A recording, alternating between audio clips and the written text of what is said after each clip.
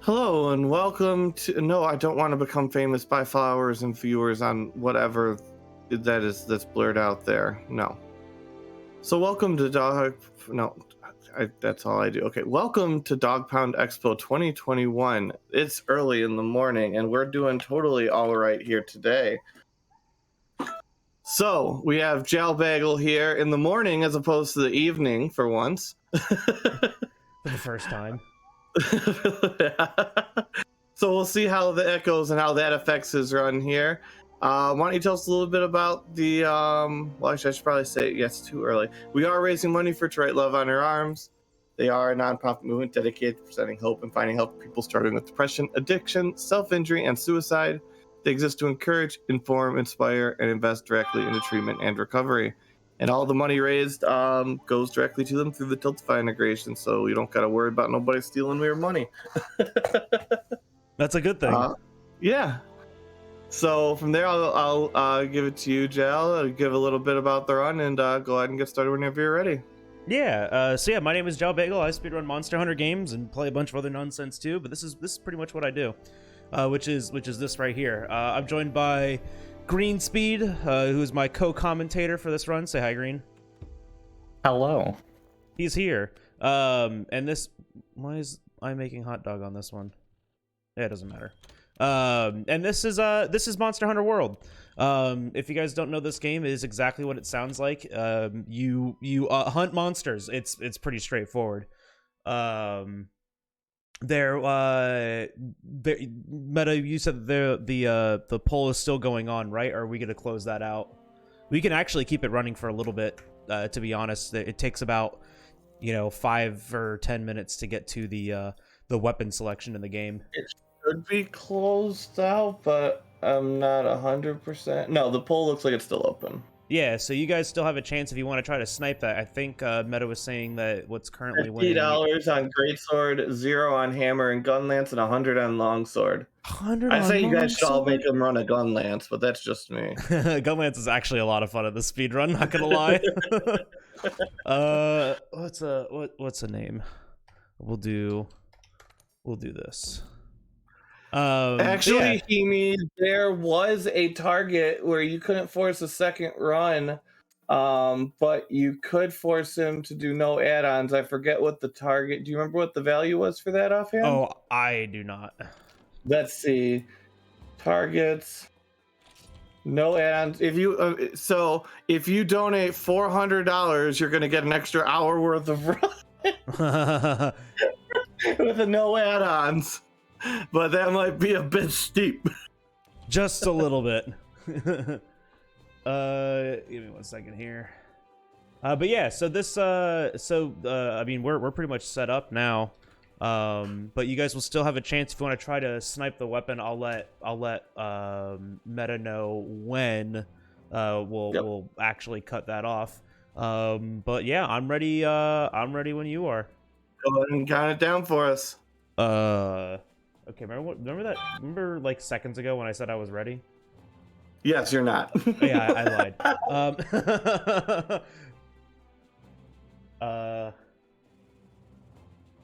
Oh god. Oh, Green, you're asking me to do so many things.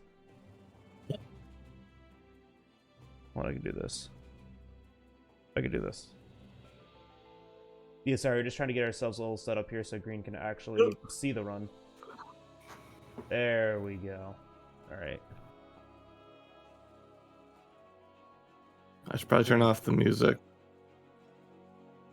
I can see. All right, good. All right. So yeah, this is kind of a long run. It's a fun run. And if anyone has any questions, I'm looking in chat, so feel free to ask them too. We will start. Making sure my auto splitter is working. Yep. All right, it's all activated.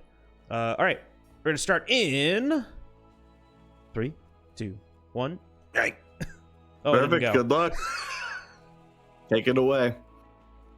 I forgot to start it. All right, I forgot to enable the auto splitter on my gaming PC. All right, so hey, everything's fine. It's really early in the morning. There's a timer running. It's fine. Yeah. But we have the auto splitter set up now, so we can get a consistent start and a consistent stop. And I just completely forgot to start it on the other How'd that work PC. out for you? Oh, it worked out. It worked out horribly. It was terrible. Nothing works. All right, so this is the beginning of the run. We were just kind of running around in our boat, heading to our new house, and this gigantic volcano wrecked our ship, which kind of I see you, Shen Cube. which is so rude. I'm sorry, but I had to take the opportunity.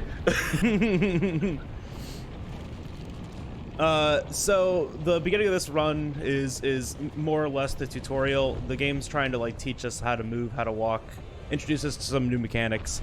We're gonna try to do them as fast as possible. Green, do you want to talk a little bit about the category that we're running? Yeah. So you may notice this doesn't exactly look like your standard starter armor. This is armor that was added later in the game called Defender. So because it wasn't in the game initially, we call this category with add-ons. Defender gear makes this run not awful. Makes it consistent. Yes. The armor has a lot of defense and comfortable. Oh my god, I can't talk today. Comfy skills, like health boost and divine blessing, which just randomly lets you not take damage. But the bigger thing about this category is we have access to the defender weapon, which is a very high power weapon for the level of the game you get it in that has guaranteed upgrades. So it cuts out the necessity to do any sort of grinding, any sort of extra gathering, any grind sessions. Like literally, you just cut out all of that. Yesterday, I actually did a no add-ons Char % speed run, and towards the beginning of it, I had to take like 10 minutes to do some extra gathering, and then after I finished the Xeno % portion, when I started into Master Rank, I had to spend 30 minutes gathering even more materials. So this is the beauty of the game. I absolutely love this game. I think it is gorgeous. I think it is amazing to look at. And it's one of the reasons why I fell in love with the game.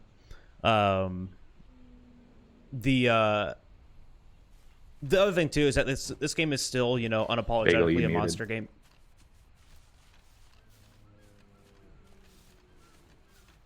I still didn't fix that hotkey.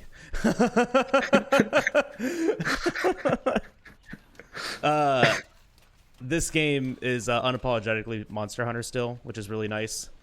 It introduced some new mechanics, specifically Clutch Claw, and the Slinger Burst, which we will be taking advantage of this run. Especially if Longsword wins. We actually still have a Slinger Burst with Longsword, which is really nice. If you ever played this game, you may also notice something. We are skipping cutscenes. That's right. We have a mod for that because we play on PC. I was definitely hiding in that bush. Don't worry about it.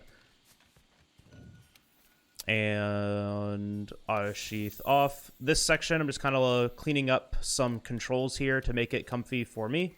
Everyone kind of makes their own controls here. There are some things that everyone likes to turn on and off. Specifically like the scout flies. They will snap your neck at any given moment. And real quick, if I have a second, you have every second in the world. We have a $10 donation from Proto Man. Sorry I couldn't play something this year, but glad to see we got some amazing runners and amazing games this year. Thank you, Proto. Thank you, Proto. So yeah, this whole tutorial sequence is almost over, thank goodness. And we'll be entering our hub area. This game is, I always describe it as a hub-based system. It's not open world, so to speak. It is a hub-based kind of game, but you always return back to a camp, and you launch missions from there. We're about to unlock the worst version of that hub right now.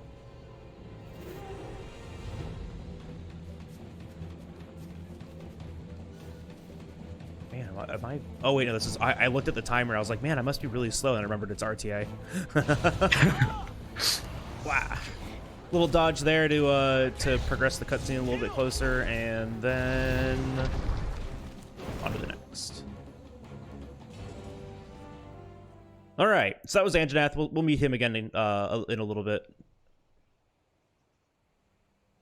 So, two things to take note of. One, how fast I cleared that text. That's achieved through double mashing. You can hit A and B at the exact same time or not quite the exact same time, but you can hit them both simultaneously to progress text a little bit faster. It's like a 2-frame, text clear. It's really fast. The other thing, too, is that we're playing in a language that isn't English. We're playing in the Monster Hunter language, which is a weird amalgamation of Japanese and French, and it's just a bunch of stuff. It's very weird. There's a whole YouTube series on how they made the Monster Hunter language way back when in like 2004. But we're using that because it's a very short language. To say whole sentences,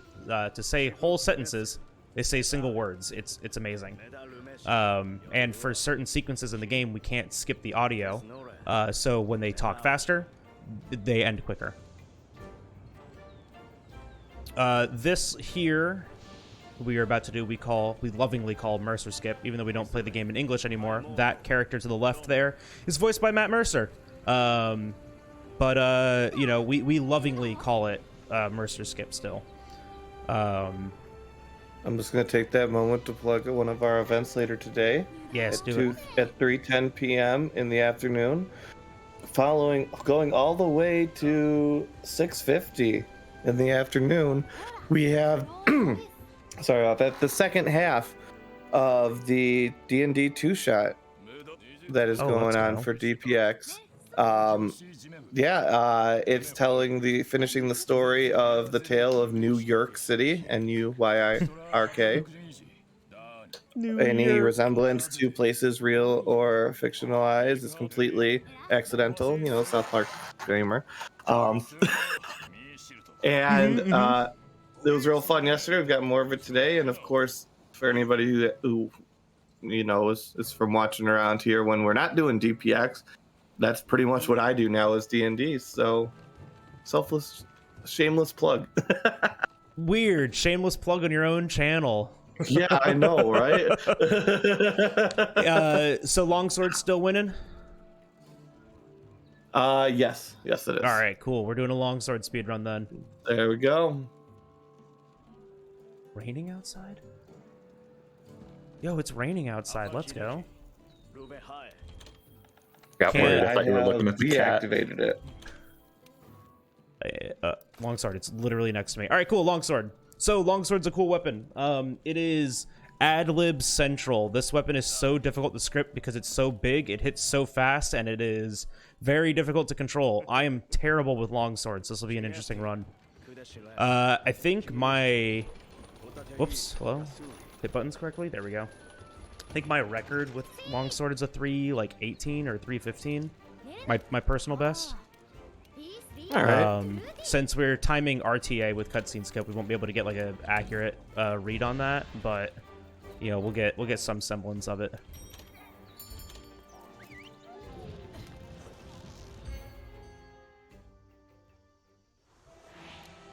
I just realized the run I should probably do right after this would be Super Metroid, and I haven't played that since 20% last year. Yep. Time to get D-rusting. Yeah. All right, so this is the first mission, the first quest of the game. This is called Jagras of the Ancient Forest. Our objective here is to slay 7 Jagras. They're these like long green lizards. We saw them for a brief second earlier. We're gonna do a cool little strategy here that manipulates small monster AI. By slaying 2 of them, they want to transition into another area. We're gonna put little campfires along their path so they run into them and die. You'll also see Gaming seems to believe they're better at the combat than you. Oh, 100%. He says, how about I do the combat and you do the rest? We'll share the controller. Yeah, that works.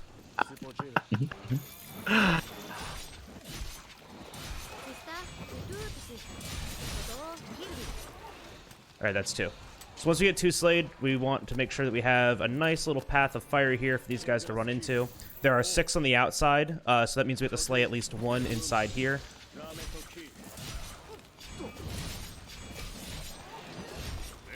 And there we go. So now we have a 60-second end quest timer to gather some stuff.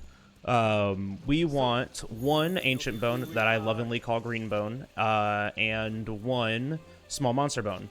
Small monster bone we usually get no problem. It's the green bone that we have problems with. Oh, RNG blessed us. Thank you, game. So that'll enable us to make... Yeah, every marathon run I always get it on the first pile. It's great. Now we're just going to be gathering iron ore, which we will need for an upgrade later in the game. We need 7 of them. And it should be. I wish it really was consistent to get, but it usually isn't.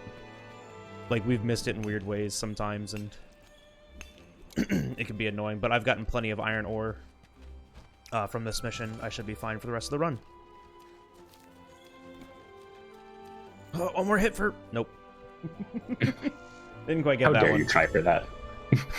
I'm greedy. I wanted it. All right. I didn't get any iron ore there.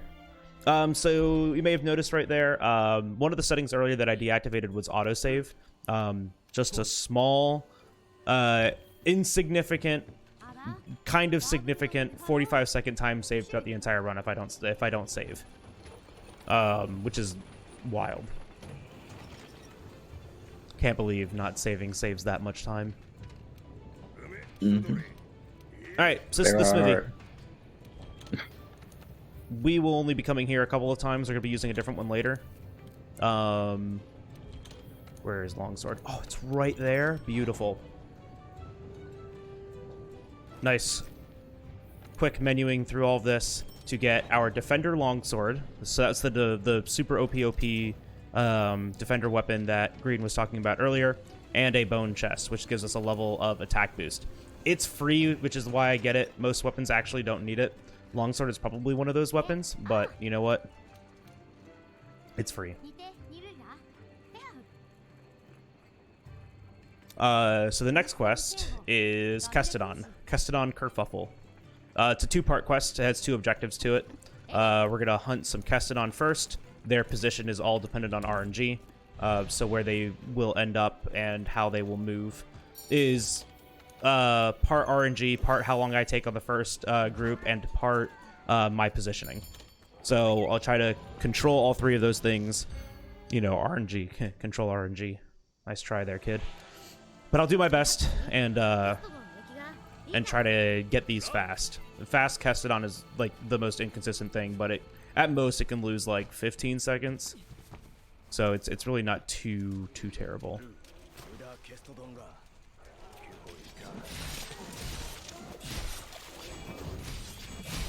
Part of this too is I also want to build up. Nice. I want to build up. That was a really good first group, by the way. I want to build up my spirit gauge in the top left. You can see underneath my health. That is the spirit gauge. That the higher that is, the more damage I deal, and I need to use that to do my highest damaging attack. Helmbreaker, Helm Splitter. What's it called in this game? Helmbreaker, I think. Yeah, it's one of those. But that was a really good. First group. Taking advantage of a ledge there. The other thing that defender weapons have is blast that you can see right there.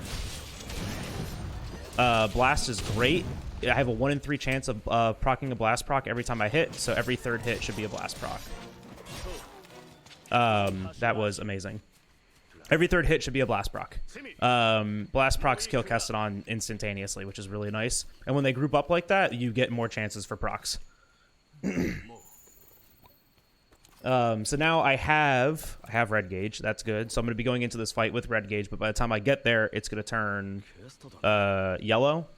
So I'll have to build it back up, and then I can unleash the fury on Jagras. Longsword is an incredibly powerful weapon. You can ask anyone. This weapon is probably one of the better ones in the entire game. It has built-in iframes. It has built-in counters. It's an incredibly safe and incredibly comfy weapon if you aren't Pepega like me. My brain has only one fold in it, and all of the knowledge that it holds is not even about this game. It's actually about Pokemon. So like, it's amazing that I can even use this weapon. Paper. I mean, I'm just upset that Insect Glaive wasn't an option on the poll. You want to be here for like 4 hours? I'll submit it next time. Let's do it. Let's do it. I'll pick the 4 slowest weapons. I'll just pick the 4 slowest weapons for the incentive next time. Like, I was looking at it yesterday, the 2 days ago, and I was like, oh man, do I want to be nice or do I want to have fun? And I was like, I guess we could do like a little bit of both. And so I settled on, these weapons. Yeah. But I'm going to actually go. Somebody who you're familiar with has generously offered to take over for a little bit so I can go to McDonald's. Do you want to take one? Guess who it is? I couldn't possibly begin. Say hi. Hello. Wait, hold on. I'm an idiot. Who is it? That's Lady Meta. She Oh, also Lady Meta. helped last year during your run. So I'm going to give her the headphones. Here you go. That way. And please.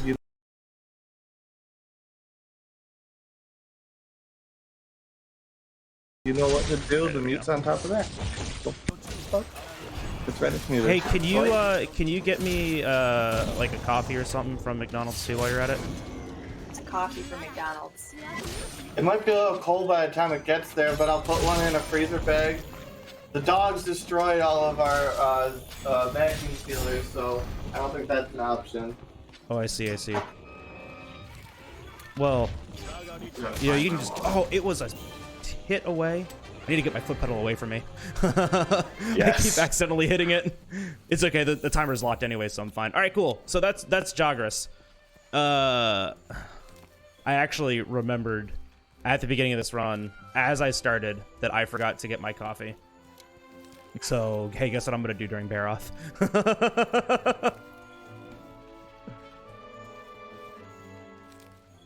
All right, so this last little bit here, we have a 60-second end timer.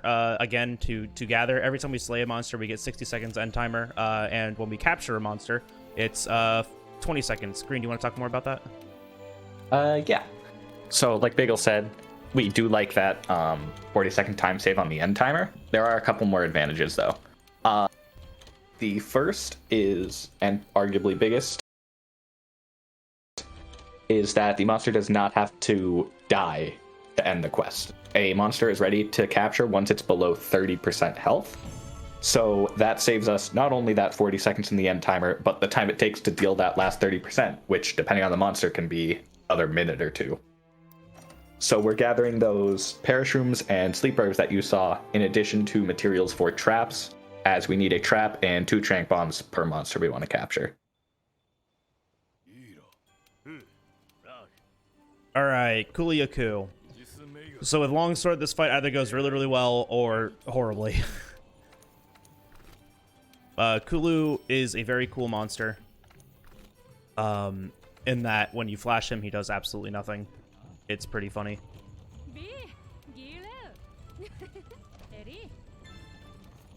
Sorry, I'm just like focusing on menuing now.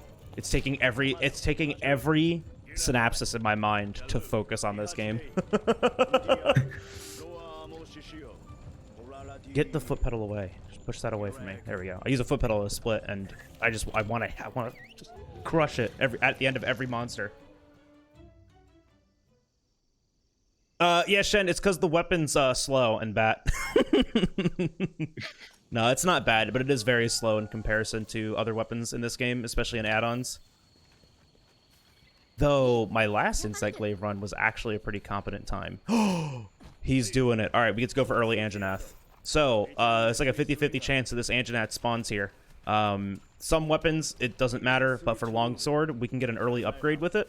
Our next upgrade for the Defender weapon only takes an Anjanath scale.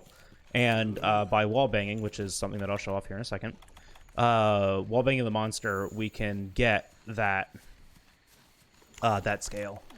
So I am going to flash, unequip, grab, hit 1, hit 2. That's going to drop a shiny drop on the ground. And it has a chance. Wyvern tier. Alright, well, that's unfortunate. If it was an Anjanath scale, we would get this upgrade 4 quests early. And it's really big. Unfortunately, we did not get it. That'd have been really cool, though. That'd have been hype. Yeah. That cost us 1 flash bomb. The early upgrade is always worth going for with most weapons. Longsword is definitely one of those weapons that we want to try to get it on.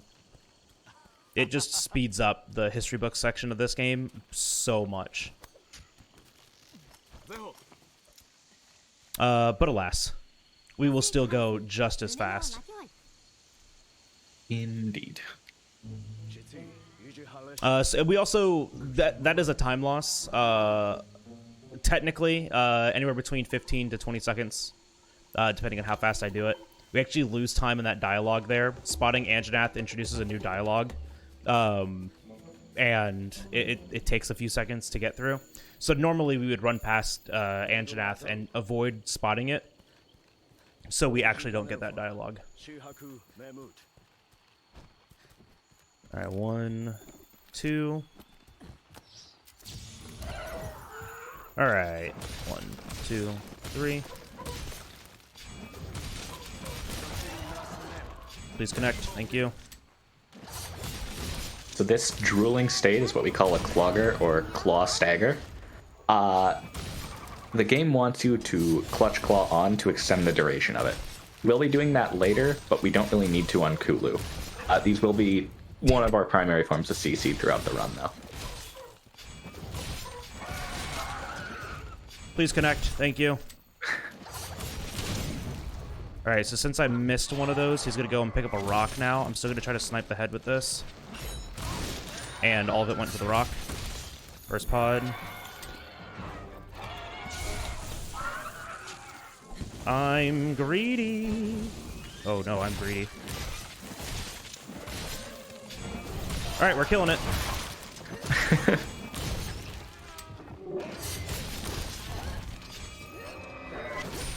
Hulu is actually... Sir! Alright. So, the nice thing about this is that we're on an expedition and not an actual quest, so we don't lose time from killing this thing. We just lose time from taking the time to kill this thing. And now he has run away. Let's see what he does here. What?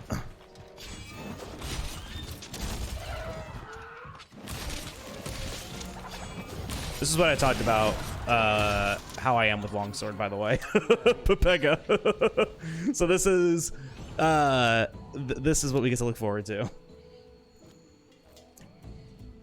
So you may have noticed those red rocks that dropped from Kulu. Those are a powerful slinger. We just call them pods. They drop at certain health intervals. I believe it's 35 and 25. That second one. It's 35, 30, and 28. Or 24. One of those. But that second pod on all but one monster in this run does mean that the monster is ready for capture. Sometimes they are technically ready a little before that second pod, so sometimes, like you just saw, we'll try to capture after the first pod. Well, specifically on Kulu too, because of the way this game works with thresholds, is that you can overwrite or you can skip when the second pod drop will happen if you overdamage, and it happens often on Kulu because he has such little health. Coptus, it was a part of the weapon bid war. All right, so Pookie Pookie. This fight will go a little bit better. This monster actually has health. And we'll be able to actually fight it. There's a 50-50 chance that Anjanath is here too. So if it's here, we have to do a little bit of extra stuff to get rid of it first before we actually start fighting Pookie. Oh man, all the names are running together now. So we are shooting this poison cup to lure him over. I am now checking. There is no Anjanath. We are good. One tap. He's poisoned. Wall bang. 1, 2, 3, 4.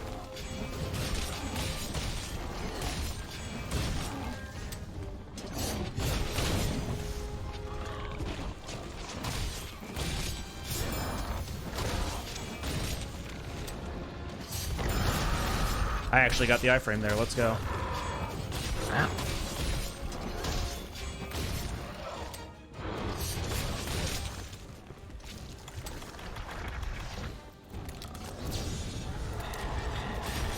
Gosh, I'm terrible at my positioning with this weapon.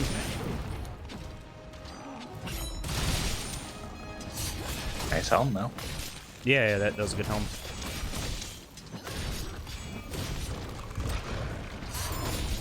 Got the iframe again. Let's go, baby. YOLO.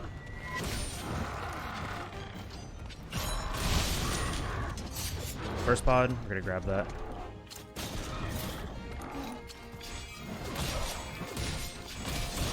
There's Ready for that capture. Clogger extending we were talking about earlier. If you clutch claw onto the monster, it extends the Clogger for 6 seconds. 1, 2.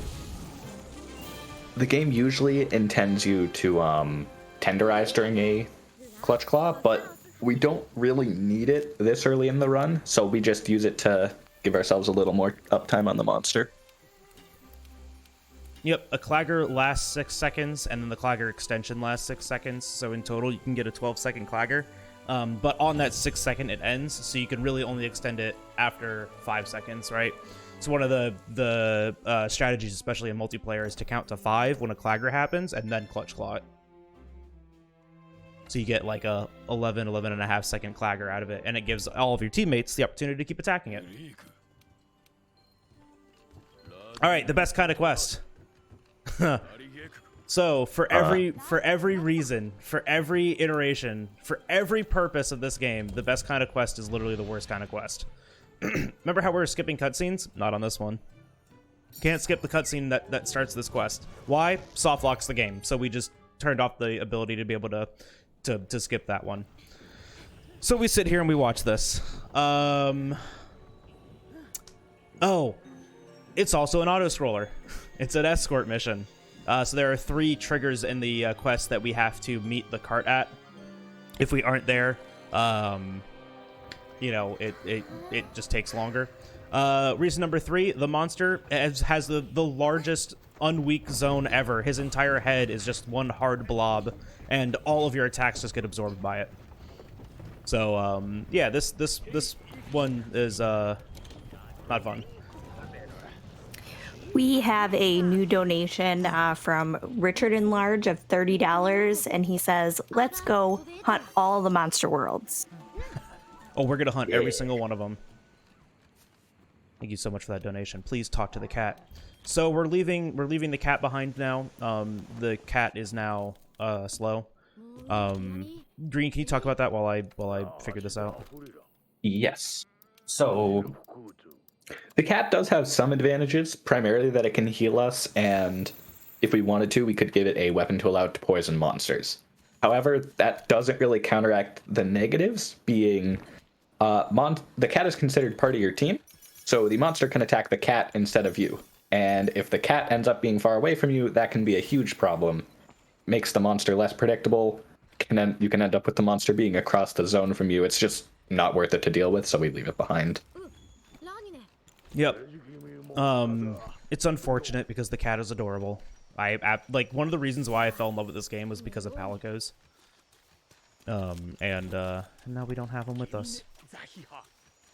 Am I dumb? Nope. I'm good. I'm smart. I did it right. We're good. All right, so the nice thing about this quest, though, is that this has, like, 60-70% of all of the items that we're going to use throughout the entire run just, like, in this area. And there is enough time to gather all of them before all of these, like, locations that we have to meet the card at. So it's really convenient.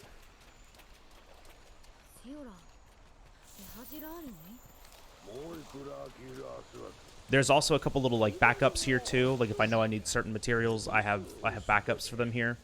Like iron ore backup, which I am gonna do. Yeah, Just in case. Yeah, you were, what, 1 short from the Jaggers mission? I think I gathered 4 there, if I counted right. Oh, good, and I got 0 there. Neat. Amazing. But if I get 1 during this mission, I can at least check. Gather all these flash bugs. I'll finish my radial menu.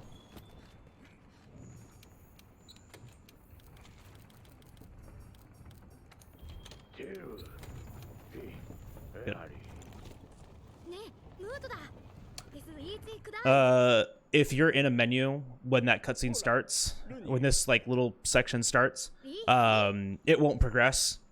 So to not lose time, I'm trying to get out of that menu as fast as possible. A couple more items up here, more flash bugs. Flash bugs are the best thing in this entire game. They trivialize the game, which is an unfortunate thing, but we will 100% take advantage of that. But then also I gathered IV for my pitfall traps. Pitfall traps are used for scripting, not necessarily capturing. It drops the monster into a hole so its head is exposed, making it a little bit easier to hit. Plus, they last a little bit. They last a little bit longer than shock traps, right? Yes, or 2? 10 seconds. 10 seconds as opposed to, I think, 6 for a shock trap. Oh wow, it's a lot more Maybe than I 8. thought. Yeah, so the pitfall trap is really nice for scripting out certain spots, but we won't use them really until later in the game when monsters have a lot more health and are a little bit harder to deal with. A lot of our I keep saying this word scripting. You know, think of like a script for a play. We're gonna do a sequence of actions in a very specific way to reach the goal. That's scripting, right? For Longsword, we don't have full scripts. If anything, I have openers. And then after that, you know, I'm kind of paying attention to, like, you know, when I get my enraged roars and what attacks are going to come out next. The monsters can be predictable, especially with this much time that I put into the game. So we can kind of like take advantage of that. And Longsword is a very reactive weapon. So being able to predict a monster, like what it's going to be able to do next, is super important for a Longsword gameplay. Wait, Green. I'm using your main. Not anymore, but yeah, this is the weapon I actually started running this game with. Was it you? Were you Long the one? ago. No. So we are almost done with the gathering sequence. My cat is eating something on the floor. I have no idea what it is, but he is enjoying it. Oh no. I'm gonna go for this here. Last chance for iron ore. Hey, we got one. Nice. Alright, I feel a little bit better about that. I can check it up here if I have time. But this whole sequence is almost done. When we come up here, we're gonna be placing... I lied. We are starting with a pitfall trap. We're gonna place one pitfall trap up here. It's a nice opener for the beginning of this because the way that Baroth moves at the beginning of this quest can sometimes be incredibly obnoxious. It's entirely RNG dependent. There's another opener that does a wallbang instead, which I like a lot more. It's just less consistent, and even just 30 minutes into a speedrun, this is a 3-hour long game. I want to make that as consistent as possible. Because I hate resetting, especially early on in a run. Alright, so there's a pitfall trap, 2 bombs. Yep, all this is looking good. The nice thing about this area too is there's 4 thunderbugs here, so that means it's 4 shock traps that we can use. The nice thing is that thunderbugs are 1-to-1. So, you know, if there are 27 monsters that we have to capture, I think that's how many it is, or 22, then there are 22 thunderbugs that we need throughout the entire run. It's neat. Bring back Try Baroth. I would actually be fine with that. 3 Baroth was amazing. This game ruined Baroth. Made him different, right? They made him a you know, a beginner monster here, but they also turned his entire head hit zone into a terrible hit zone. Green, Can you talk about that while I get ready for this? The hit zones, because like I think that's a cool one to talk about, especially on Baroth. Yes. So if you have a very keen eye, you may notice that Bagel is not doing the same amount of damage depending on the body part he hits. That wasn't a super big deal until now, but this monster especially has a large variation in what we call hit zones. Every body part on a monster has a multiplier that determines how much damage you deal to it. On most monsters, their best body part to hit is the head. Baroth is not the case. Baroth, we want to hit those tiny little arms. And if a hit zone is too bad, it will bounce like you just saw.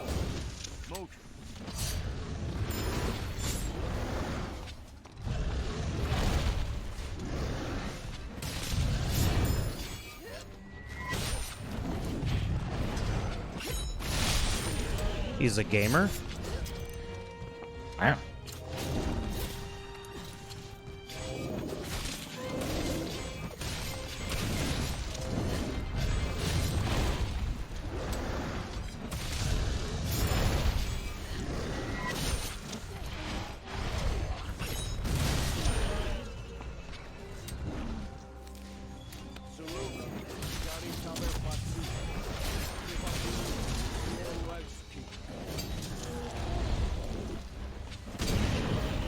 So Baroth drops, the pods Baroth drops are called Thorn Pods. If you stick them to a monster's face and hit them enough, the monster gets knocked out and falls over for a bit. So when we get the chance, we will be using those for CC, like you just saw. And there's second, so we can capture. All right, all things considered, that was a really good Baroth with longsword. That was very clean.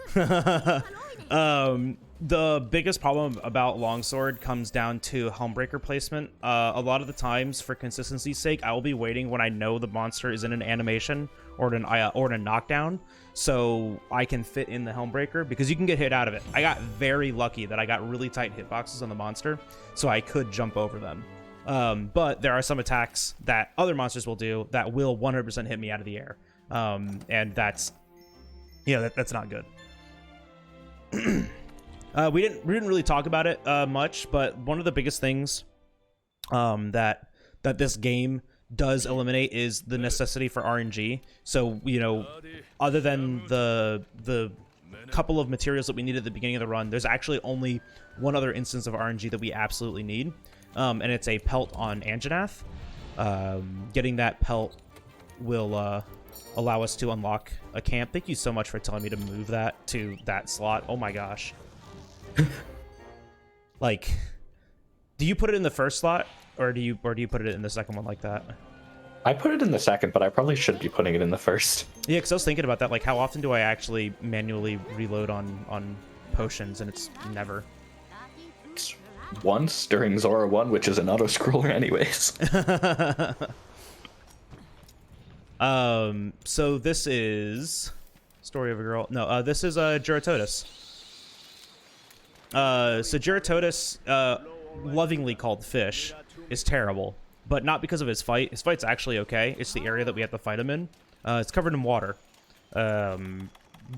Deep water means we can't place traps, so I have to get creative on how I place traps. I have to kind of hold him in a certain area. The opener here, too, is wildly inconsistent for me for some reason, and I got it. Let's go. But it's all position-based. If I'm just, like, slightly out of position, I won't get it.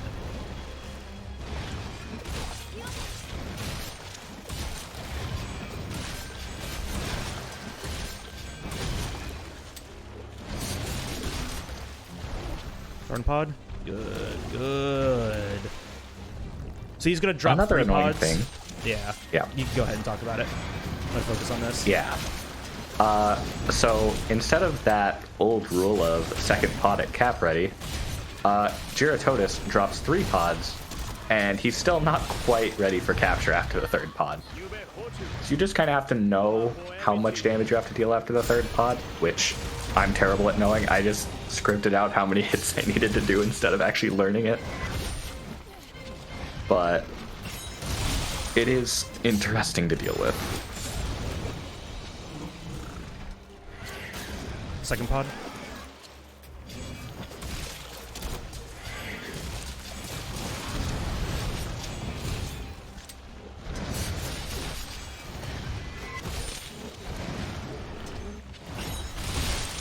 Third pod. Oh.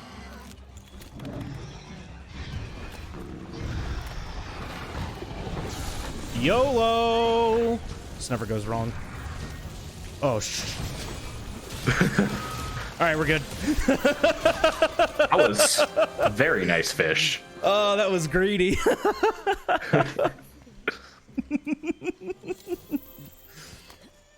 Oh, man. That's the fun thing about this run, too. I like being greedy, so it becomes silly. It's fun.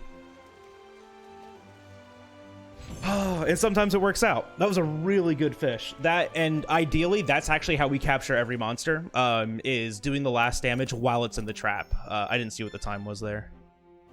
227. Well, that's not bad for not switch axe or any other weapon. That's like only slightly above average for switch axe even. Yeah. Or below average. Below average. Low 2 is what I get on switch axe usually. Oh yeah. It doesn't move. All right. These next two monsters are actually a lot of fun with longsword. Actually, I take that back for Anjanath. Tobi Kadachi's a lot of fun with longsword, in my opinion. His best hit zone is his tail, and the tail is gigantic, so it makes fighting him with longsword a lot of fun. Getting your Helmbreaker timings in correctly to hit the body parts that you want to hit is actually really difficult, especially when body parts are overlapping, like heads and hands usually do.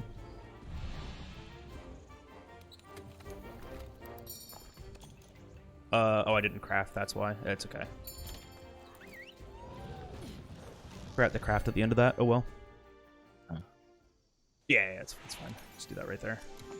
You gonna pre-charge on the Kestodon? No. You don't need to with longsword. Because of, countering. I can just counter everything that he does and, like, have red gauge in a few seconds instead anyways. Unless if there was an opener that I was going to do specifically for, like, Helmbreaker, but, like, there isn't. I don't need red gauge until, you know, I can get a topple on him anyways. Mm-hmm. But yeah, some weapons that have charging mechanics, you can just go into the Kestodon down there and pre-charge them, like Charge Blade in particular. Like really likes doing that because you start with your files. It's actually really funny how this like section gets done because they do the animation for like their charge attack to fall into the cutscene here. It's actually really funny.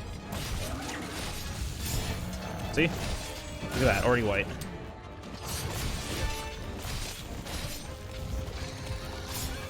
Way too soon.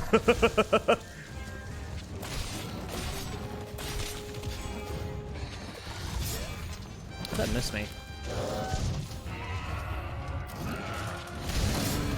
Well, that's unfortunate.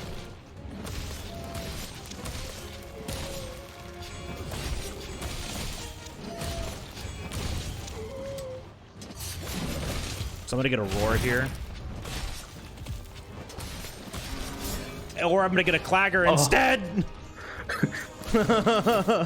This is the problem about longsword too. It loves claggering. Like all of its attacks have so much heartbreak on them.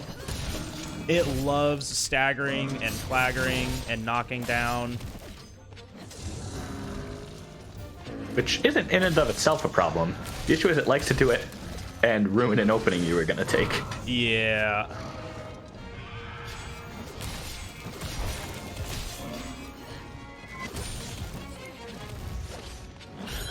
Oh, I was, you know, hoping. Greediest man alive.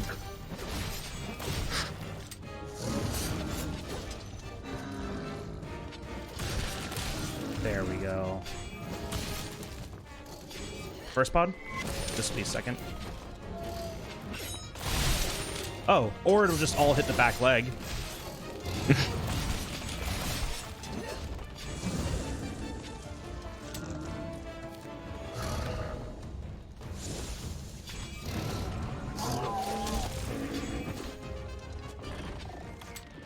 Really good clagger into that right other there. pod drop. Yep. Yeah, right there, Bagel took advantage of Piercing Pod. You may have noticed that little kind of shotgun attack he's been doing. That's what's called a Slinger Burst. It enhances the power of the Slinger ammo you're using. Piercing Pod in particular really likes that, because the Slinger Burst was added in the expansion for this game and doesn't scale with your attack. So that Slinger Burst with the Piercing Pod, that damage is scaled for Master Rank, which is the rank after the end of this run.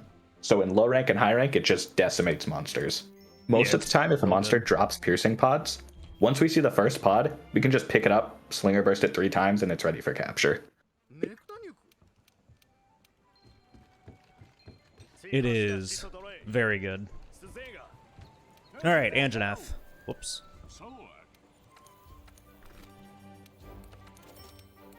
Quick little buy here. Just need a couple of tools to get ourselves through the rest of this run, or at least the rest of this segment, until we can get into our box later.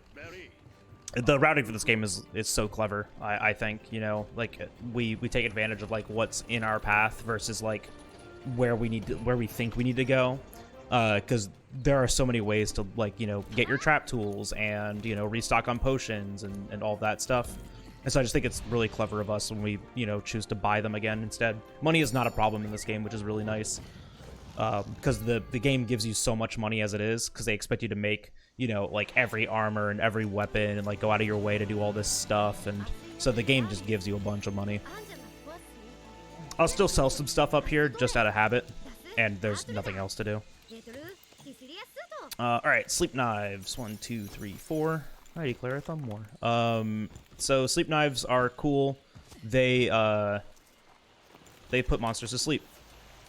You know, weird how that happens. We're gonna use this to drop a rock. Hey Green, what happens when we drop the rock on a sleeping monster?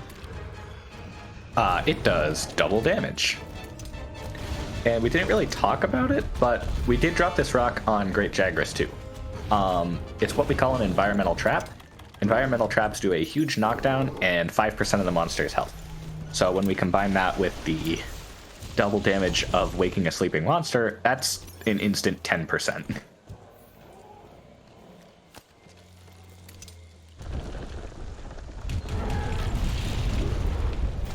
And Bagel's placed this pitfall in a very specific location.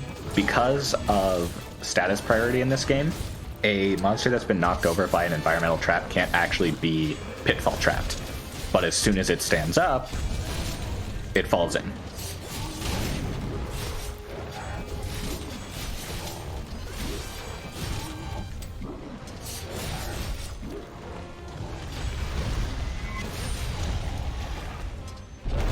I knew I wasn't gonna get it. I shouldn't have done it.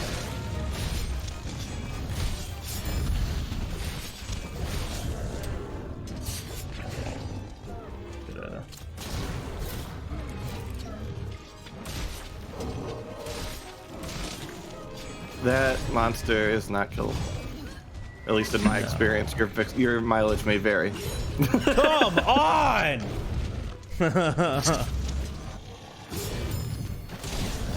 Love longsword, by the way. It's my favorite weapon.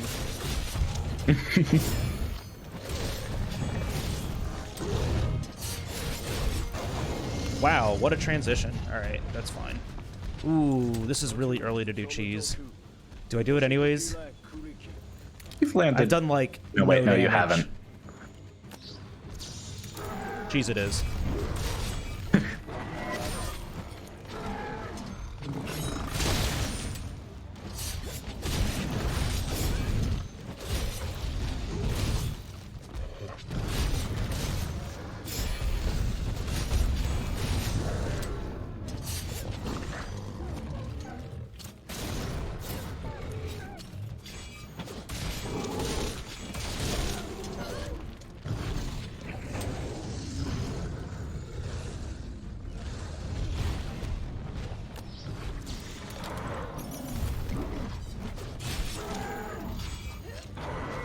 If I was good at this game, my positioning would be right. Ah! I'm so bad at this weapon, dude.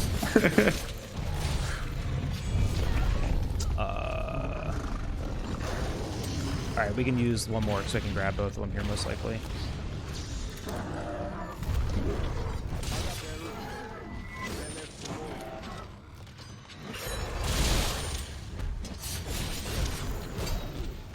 Oh, boy howdy. I bounced off of a hand there.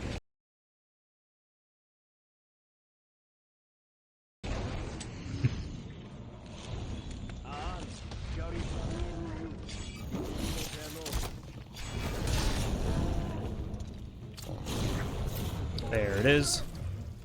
Gotta love it when your clutch claw gets the pod drop. Yeah. Alright, so that was Flash Cheese. Low rank monsters don't build up an immunity. Low rank and high rank monsters, they don't build up an immunity to flash pods, so they're always effective. The other problem about that is that flash pods are actually super tight in this game because we like to use a lot of them in certain places because it just, you know, it trivializes some fights, and it also, you know, allows for better scripting and stuff. I used what, 3 there? That's fine. It'll be fine. Yeah. Hey, look, only medium monster bone again. You know, with the game does not like me.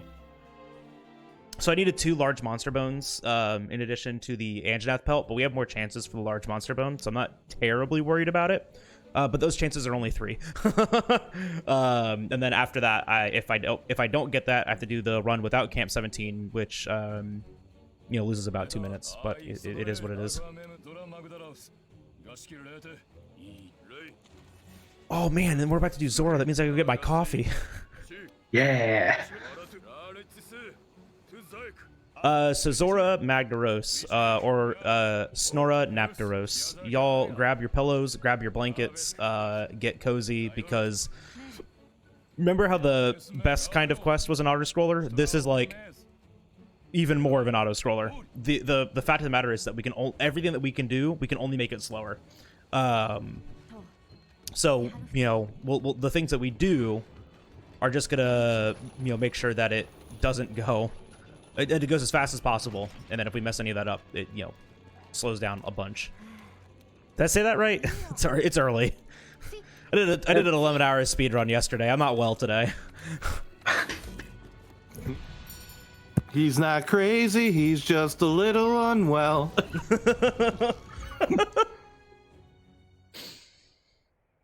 All right, so this these fights, the Zora fights, always have 2 phases, phase 1 and phase 2. They mirror each other in the you know, they mirror each other. A barrier phase versus a surfing Zora's back phase. So this is phase 1, where we have to do a couple things as Zora is approaching this barrier. Of these triggers, he has to do 2 attacks, and that binder has to be shot. So we choose to shoot that binder in the way that it lasts as short as possible. The binder stops the monster's movement, but it's entirely scripted here, right? Like, we need to do that. If we don't do it, the NPCs will do it, and it takes forever to end. And then if we wait for Zora to get closer to the barrier, we can still do it, but it just lasts a little bit longer. In this position, this is the shortest duration that we have found so far for that binder. See, look, it's already over. These guys are just annoying, so I always shoot them. They like to harass me.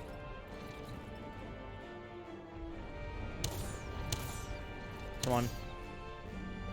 One more. Oh no, he's free! Alright, we're good.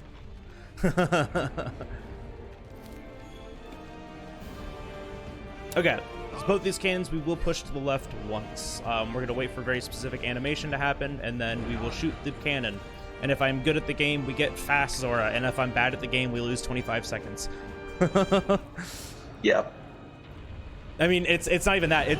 It's like, it's this weird, like, middle ground of, is it RNG or is it me? And it's been really hard to figure out because, like, Zora's movement is so strange and, like, this timing is so tight as it is.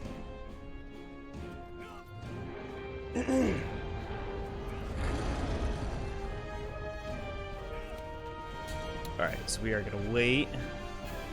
Yo, bystander, it's funny that you say that, because I have to do that sharp percent with HPG soon.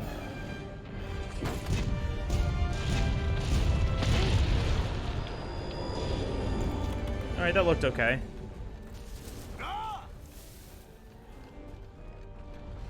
I put on the ghillie mantle here because here they come. 5 more birds to ruin my day.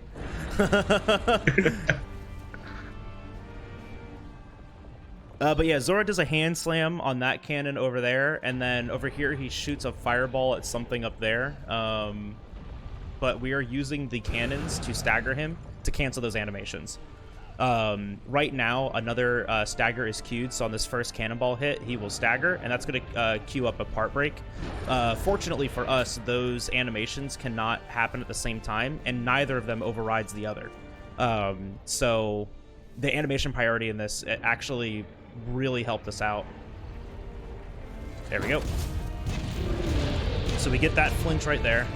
I'm going to come over to this ballista. I'm going to shoot him in the chest once or twice. He's still in the animation. We'll just shoot him again here. Bird got in the way. So now we have one more stagger queued up too because of those 4 other cannonballs. All of those staggers are going to cancel out animations that he would do that prolong this fight even longer.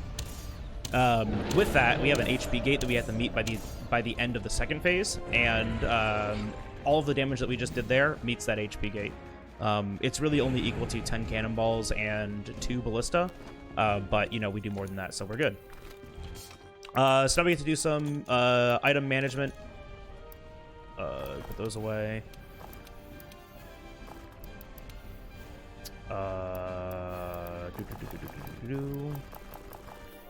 And we get to sell some stuff here. Oh, why did I do that? Of course I have it. I did that my first run doing that too. Yeah, it's fine. It's fixed. So I'm listening for an audio cue here. It doesn't sound like I got fast Zora, because I would get the audio cue now. It seems like I got the slower one. That's fine. It's just going to lose us a few seconds.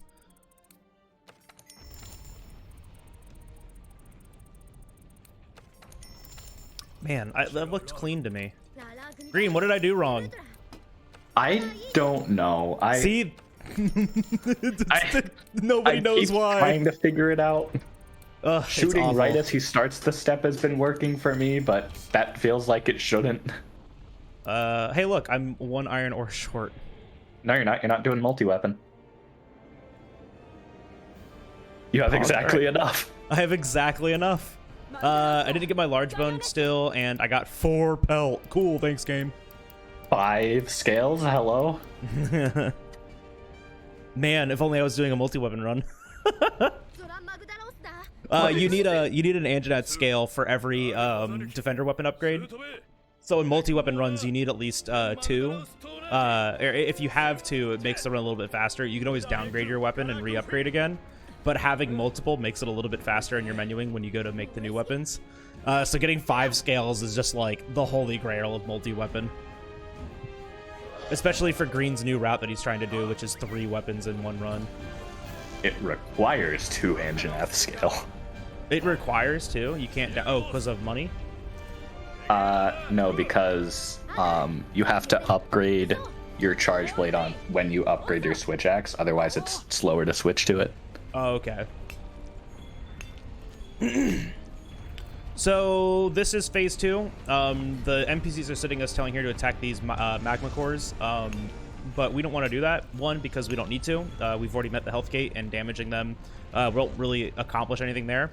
2, because if they break, Zora will flinch and stop moving, and we don't want that. We want him to get to the end here as fast as possible.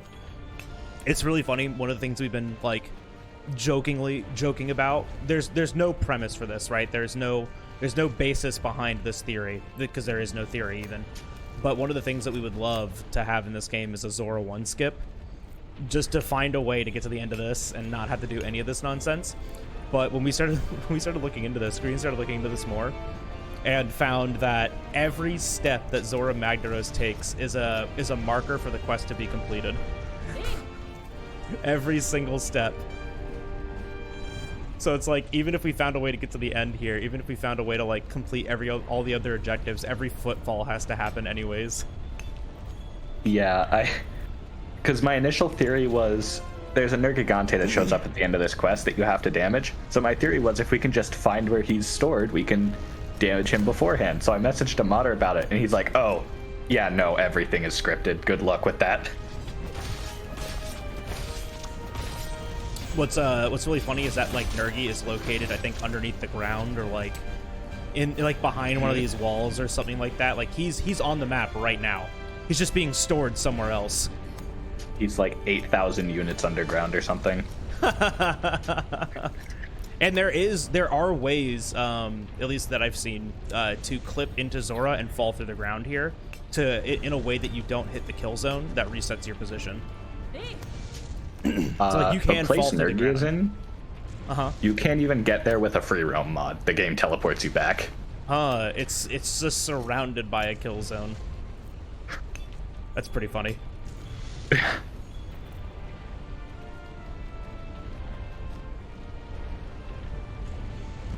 Meta, I don't know if you had any announcements or anything that you wanted to plug. Now would be an amazing time for it.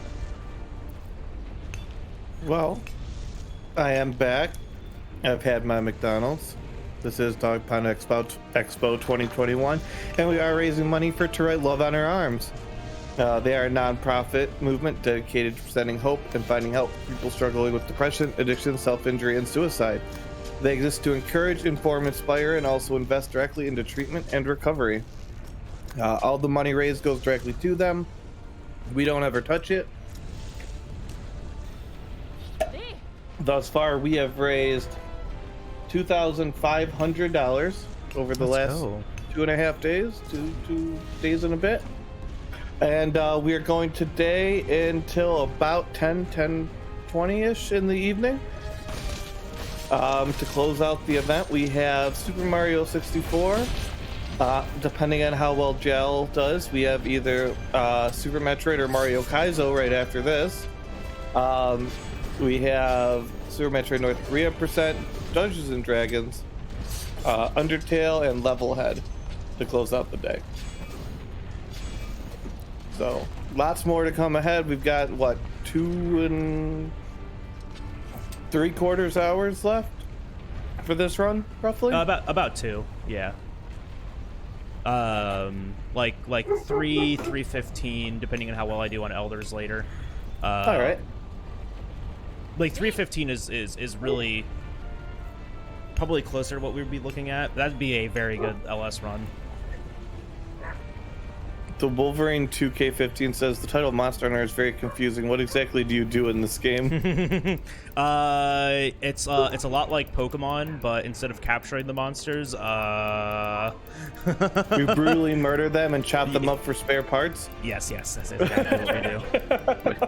Wait, but we do capture them in this run. He's right. I'm missing a.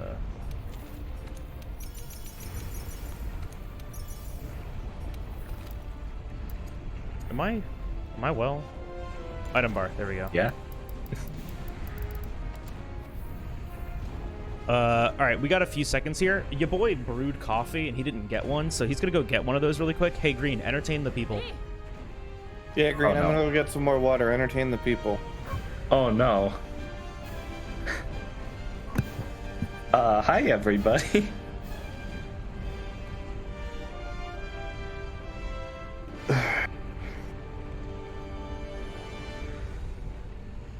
Oh no, he's not. Yeah, sorry guys. He's not gonna have time to dance before he has to do stuff now. So this run is just cursed now, unfortunately. Well, we tried.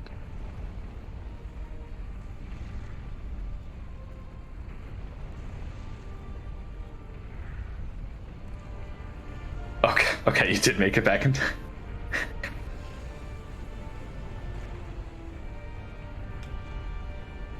Bagel, quick, you got like 1 second dance before you curse the run. Never mind.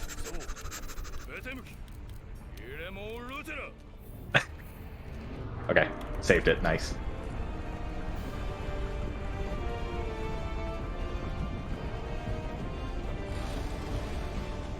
Greedy.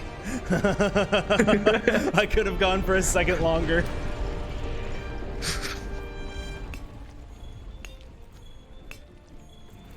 Is it entirely possible to fall off the back here and mess up this setup? So this is what I call Nergigante quick kill. The last objective of this quest is to deal enough damage to Nergigante to end the quest.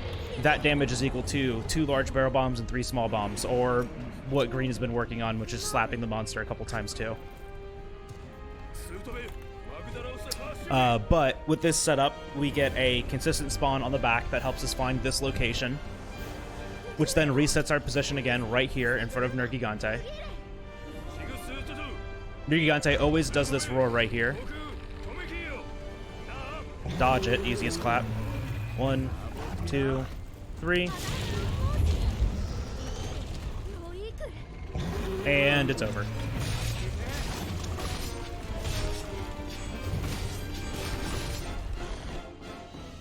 Did I get large bones? I got 1. I need 1 more.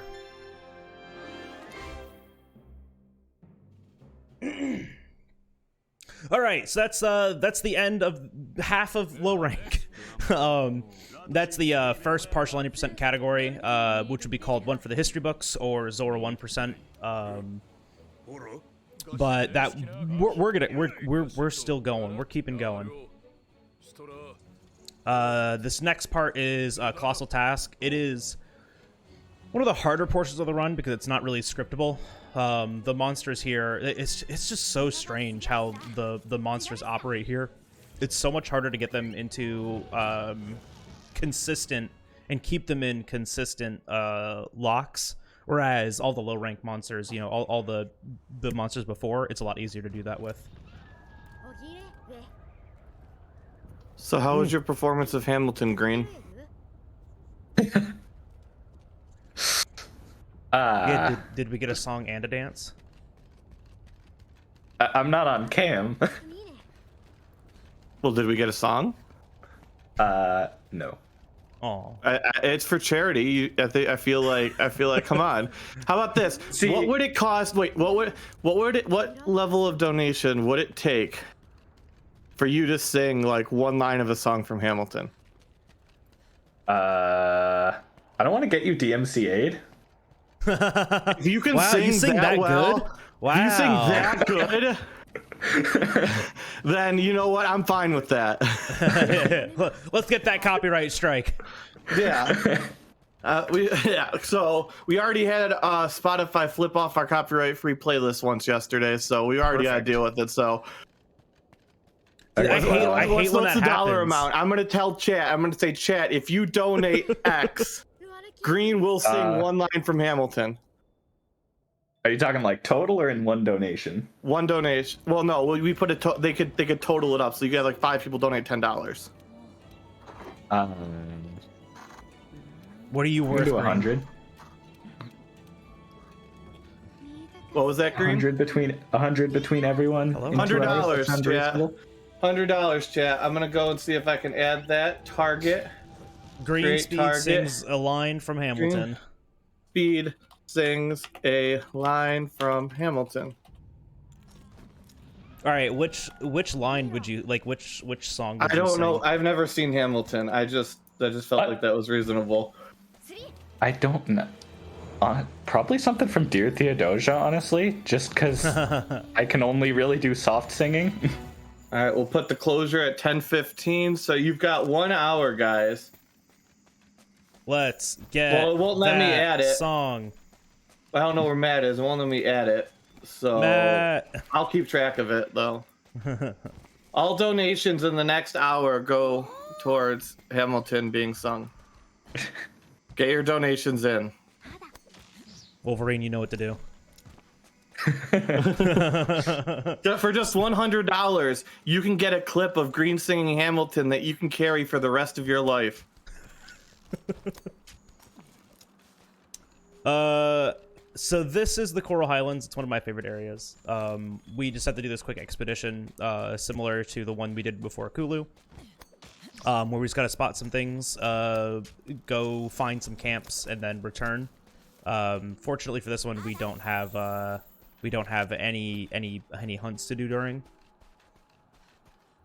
You know what, Wolverine? I can't make it an NFT, but what I will do is I will personally download it, edit it, remaster it, and send it to you via USPS on a flash drive. You pay shipping. Perfect.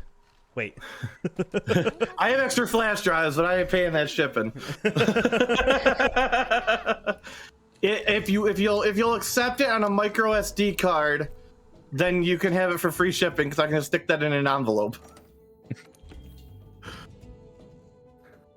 We are a full service shop here at DPX 2021. For $100, you too can own a micro SD card of Green singing Hamilton. It's gonna be like probably like a 16 gig card with like one 10 meg file on it, but it's fine. That's all it needs to be. I'm gonna lock it down. I'm gonna lock the card. That's the only thing that's gonna be on that card ever. Some alien's gonna pick that up out of the trash like 6,000 years from now and be like, "What the fuck?" All right, we get our first upgrade. Taking that Anjanath scale and putting it to good use. Remember when I wallbanged that Anjanath? If we got that scale then, we would have gotten that upgrade all the way back then. Would have been a huge upgrade, and then we wouldn't have had to do that. Oh no, actually we still have to do that visit for the legs. The legs there that I made have a level of heavy artillery. It makes our cannons and ballista stronger. It's going to be used on Zora 2 to just do that quest a little bit faster. All right, so this is Paolumu, aka one of the worst fights. Oh, hey, I got Feline Lander. I just snapped both of my knees. Look at that. RNG time saves right there, by the way. Means I can use items and jump off of ledges. Let's go. Jealous? Yeah. So Lumu is boy, Lumu is terrible. I've been trying to like script this fight forever, but there are so many things that can go wrong with it. But the opener is a wallbang. Immediately after the wallbang, if we deal enough damage, he roars. We will deal enough damage. He's gonna roar. After that roar, it's pretty much all ad-lib. Especially with longsword. And you're gonna hear him roar.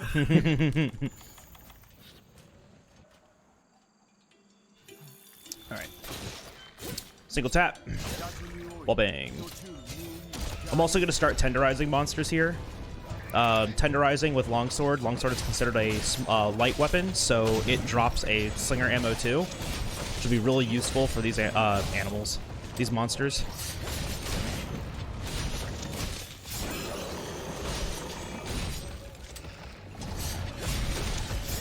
Oh, I didn't get it fast enough. That is what I was talking about with longsword, just like getting unfortunate like staggers and stuff, because it means I miss that entire attack.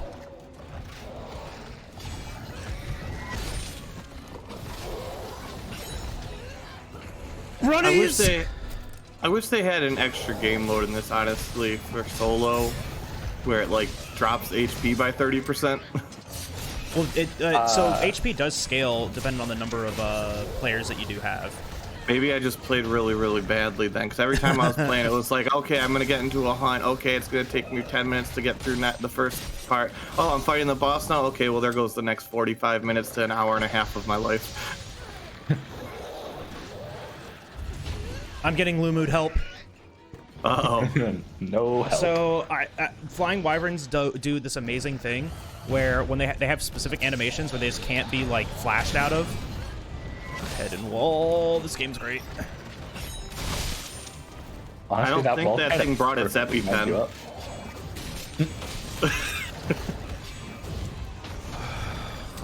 This is what I talk about with Lumu. Lumu. I have peanut allergy. Your turn. Sorry. Lumu is just a horrible, unfortunate fight.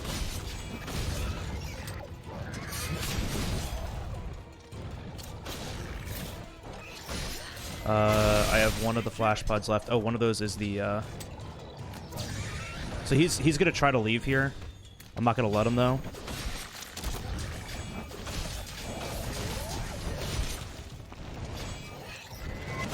There's the other one.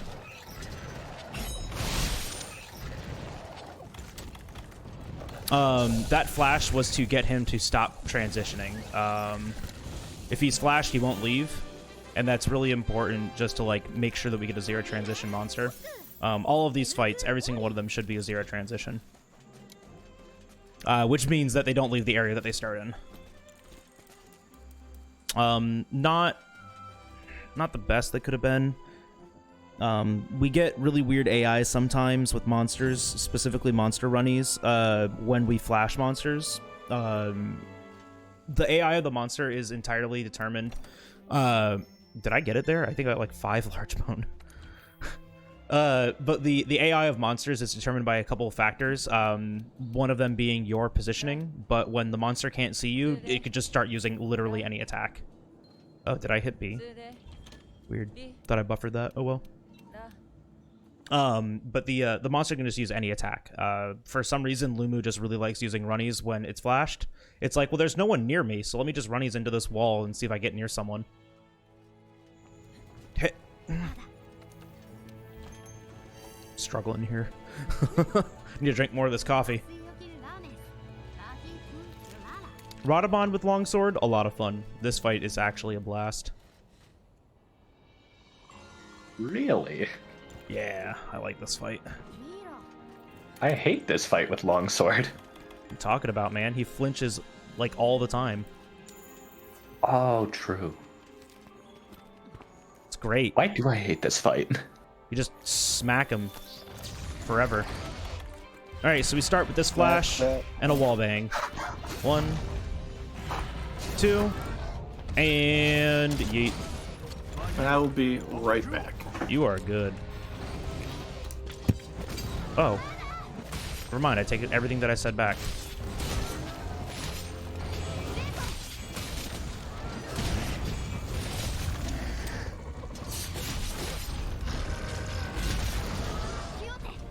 I am going to take that Clagger. I am going to tenderize.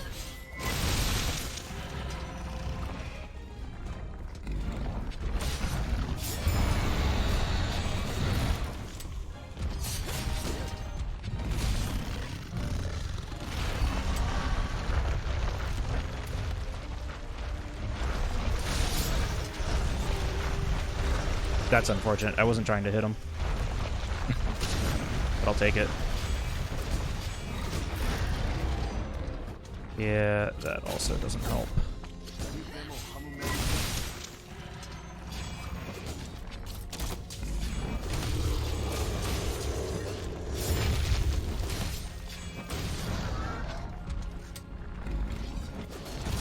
Oh, there it is, the KO. He is not in a great spot.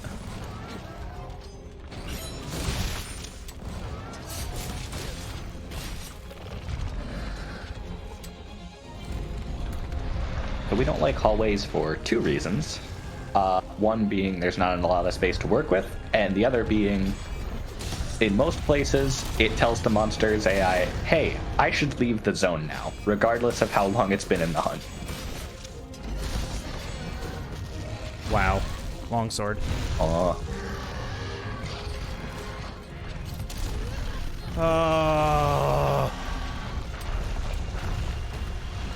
Longsword Slinger Burst is probably my least favorite Slinger Burst in the entire game.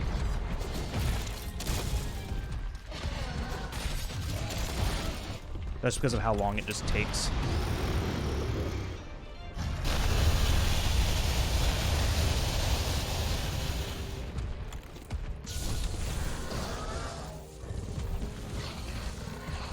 Trying to save flashes here.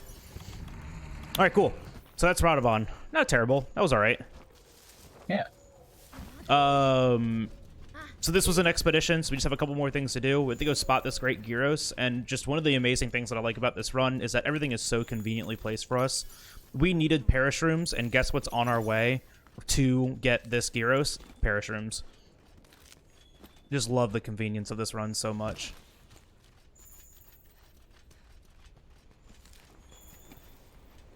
Paper, that was sleep gas. If I get hit by that, I go to bed.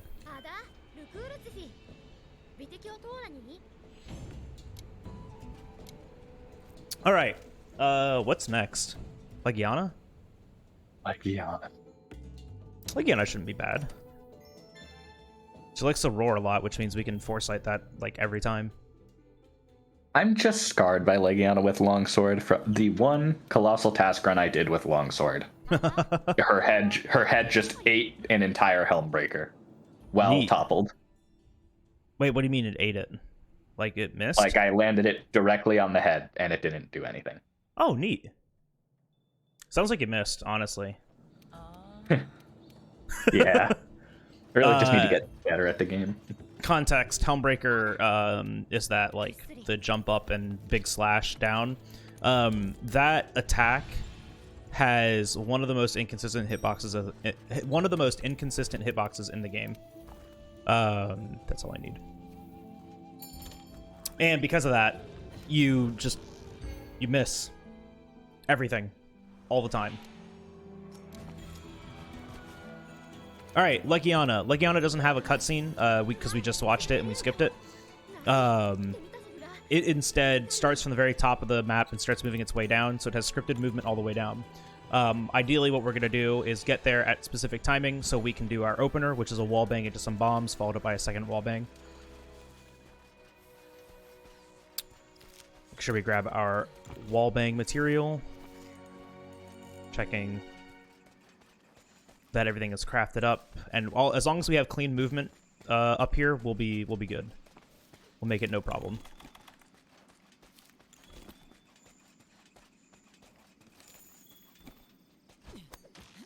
Whee!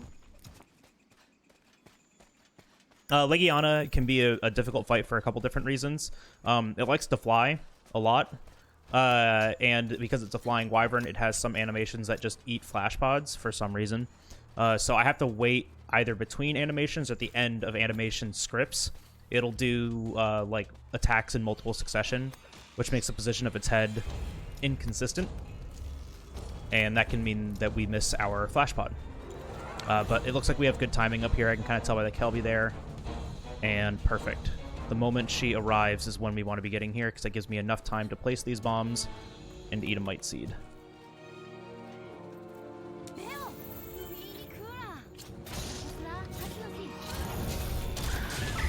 So the reason it's so important to get here early is while she's landing, she's actually locked in that animation. So provided we clutch on while she is landing, we can guarantee the wall bang.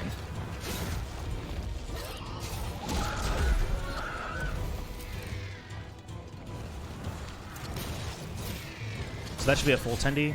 Let's go. He did it.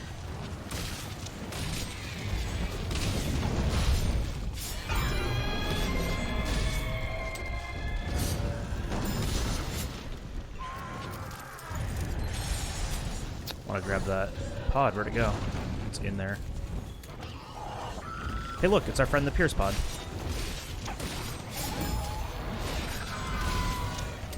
Quality trip.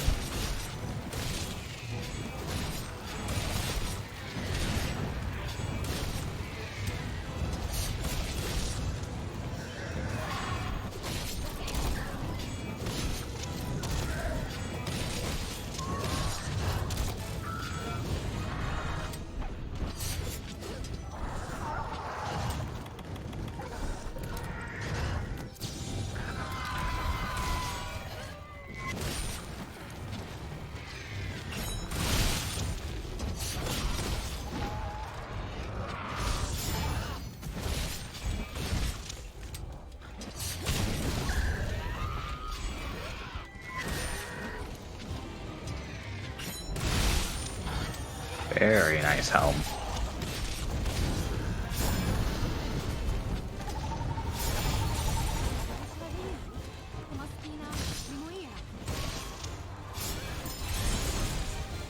If only I could hit any of these foresights. Alright, you know what? We're just gonna shoot that. Wait. Wait. 1, 2, 3.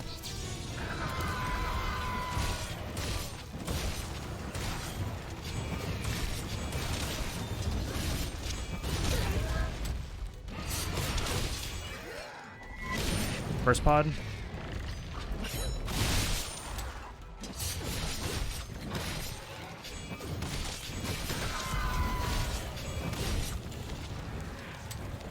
And second. Quality. It's a decent Legiana. Wee. Alright, next is Odogaron, huh? Yep. Ugh. Odogaron, it can be a weird one. He has some, like, really tough hit zone values. So making sure that we land them on weakened and tenderized spots is going to be really important. The beginning of this fight is also RNG too. Depending on how he spawns into this area, will determine how I can do my opener. Ideally, with this weapon, I will be able to do a triple hit opener, or a triple hit and then wallbang. So off of the first clagger, I can tenderize the head. I don't want to be doing claggers a lot because they are very slow. On some monsters, it's okay to do them because of the pierce pods, or the pods that you get from them help make scripts. But on this fight, I really only want to tenderize once, so I want to make sure I get that triple hit in.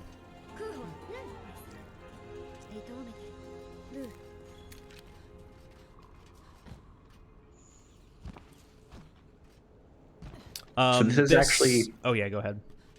This is the one place we're going to go out of our way to gather something. This is definitely not the most direct route to the cutscene, but there is a very specific mushroom here called Devil's Blight that allows us to upgrade our bombs. The reason for that is on the second Zora quest, Nerugante is going to show up again, but he has a lot more health. And because he has more health, we can break his horns, which gives us a lot of research and allows us to skip some track gathering for him later on. It's nearly impossible to get that horn break without these graded bombs. I've tried to do it with the unupgraded versions. I've tried to do it with weapons that I'm very good at. I've tried to do it with other, materials. It's really difficult. But the combination of the wallbang and the mega barrel bombs has been enough to get that horn break consistently and quite easily too. Like it's not a super tight window as long as you get the wallbang and the bombs hit the head. You pretty much, get the horn break as long as you hit the head a couple of times. I got the weird start where I'm only gonna be able to hit him once, unfortunately.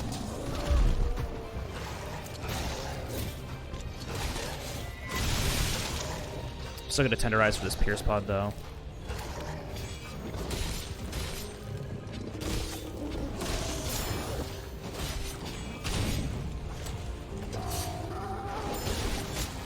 I'm surprised I've hit all three of those. Yeah.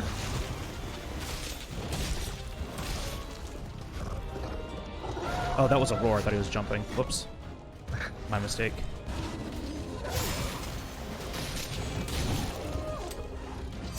One, two, dodge, and grab.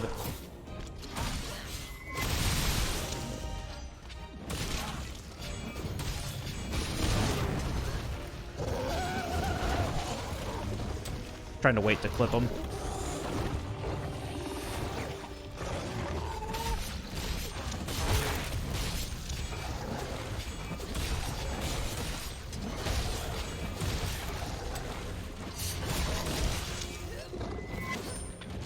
Ah, yes. I get hit by that.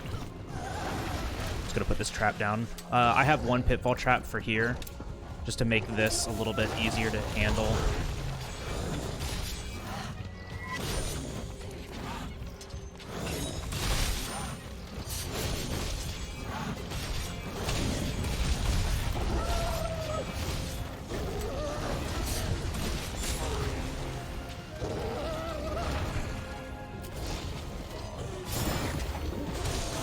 Yeah. I actually don't know how to...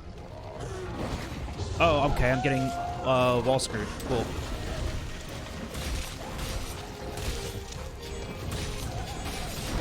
Watch your health.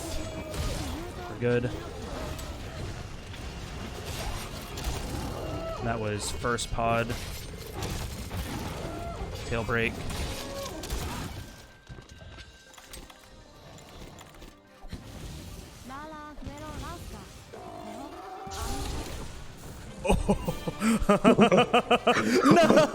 I got stunned for my greed. All right, I got a Divine Blessing proc there, which kept me alive. If I didn't get that, I would have died here, and that would have been really funny because I would have died and also gotten the trap at the same time. It would have been a very interesting screen. That's actually really funny. Man, that would have been great. That would have been awesome. That would have made a good clip. And real quick, where are we looking at for remainder in the run? Because I know it's slightly off from. Hour 45. Hour 45. 2 hours. Good. 2 hours at the most. All right, perfect. Thanks so much. Yeah. Keeping an eye on things, Yeah, I gotcha. which is all I'm doing next year. I'm a consultant next year. Oh, hell yeah. Moving on up. Yeah.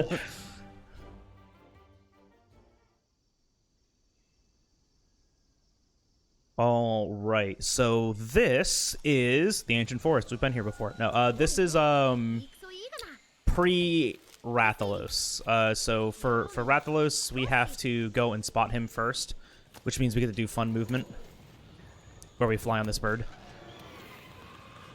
Yep, all right. We're gonna come up here and unlock a camp, Camp 17. I think I got the large bone. I don't know, so I'll still unlock the camp in case I did, and if I didn't, I can unlock it later after Zora 2. It'll be fine. Jump off of here, grab that wedge beetle, come right up to the top here. It's just such fun movement. Back up Thunderbug in case you need it there, but we want this IV. And then we're going to come up here to trigger a cutscene. It's going to reset our position back down here, and then we're going to go and unlock the camp to the left. And that camp is really important. It makes returning to Rathalos a lot easier. It makes track gathering for Kushala Daora tracks a lot easier and faster. It just speeds things up. It's kind of needed, unfortunately. Yeah, at least in record attempt runs, right? Like in this, we can cope and get around it, but you know, in a record attempt run though, like if you didn't get this, you'd probably reset at this point. At least like where Green and I are. Like the times for Green and I now on our record attempts are only separated from track RNG. Like that's it. And Green's just better at the game than me.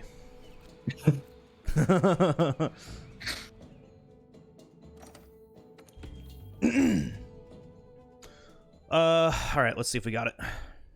Because I didn't see a fun Lumu. I got it. I stopped looking.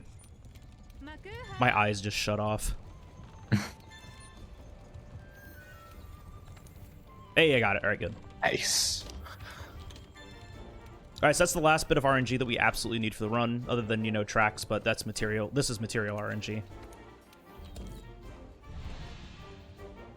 It just makes doing this Wrath quest a lot comfier. I also need those bombs and restock that. But Wrath and Diablos are two very fun fights. I would also say that they're two of the harder fights here, too.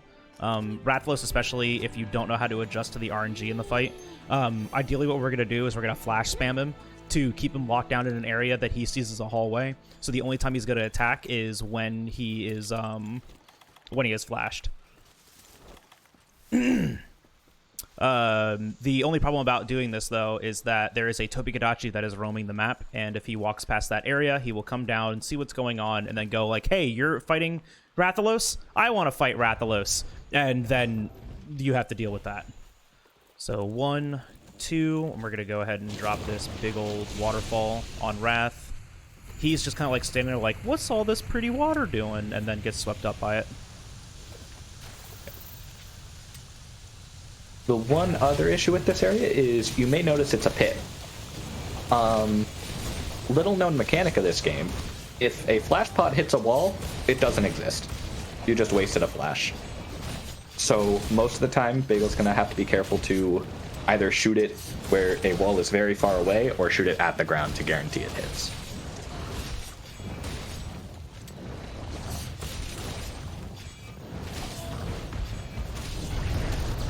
You can also Slinger Burst it instead.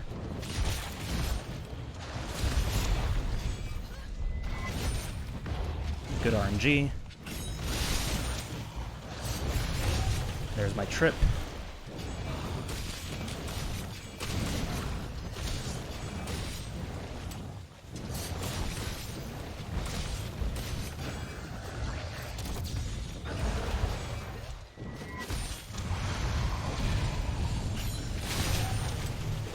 He's cheating?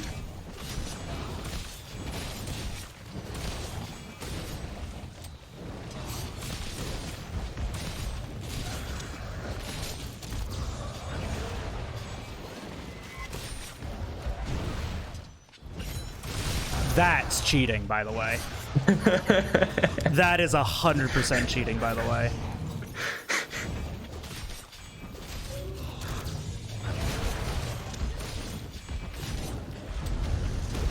Yeah, I didn't get the quick sheet fast enough.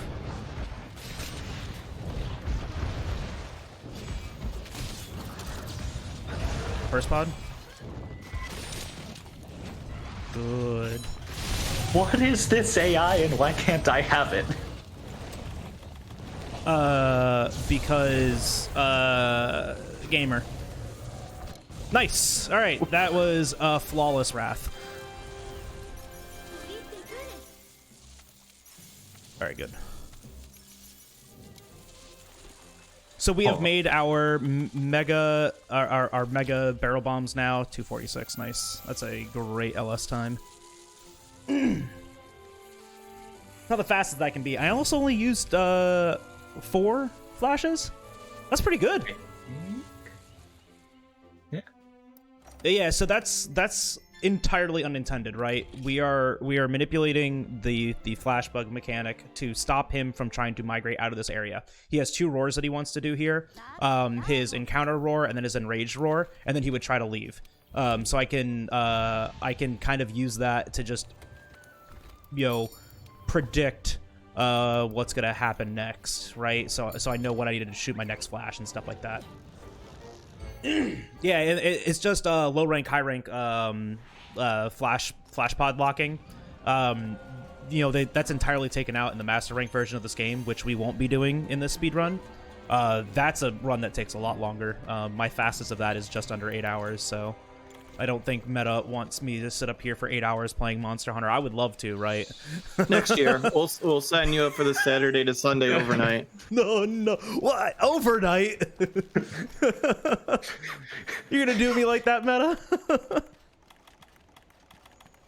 Rude. We had overnight on Friday. That's true.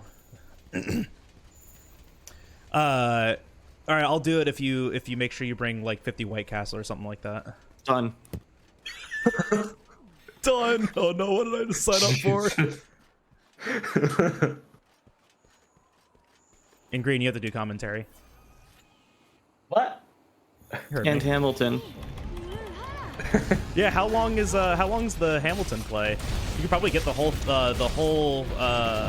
thing done. Like just under 3 hours, I think. I can't believe I've hit every single one of those. Yeah, it's like a 4-frame window, I think. Gamer. Huh? I just didn't get hit by that.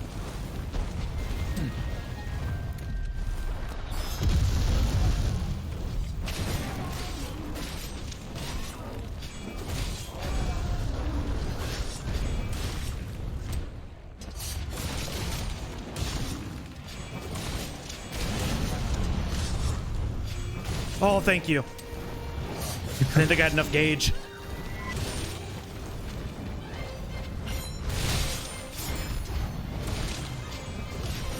Gamer! Oh my god.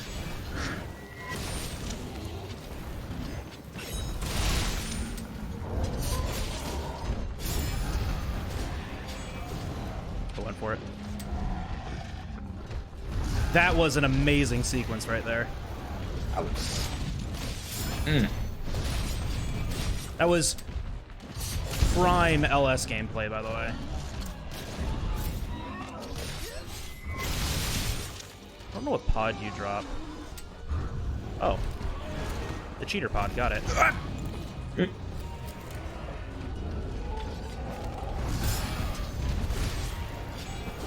Ah, yes. Armor.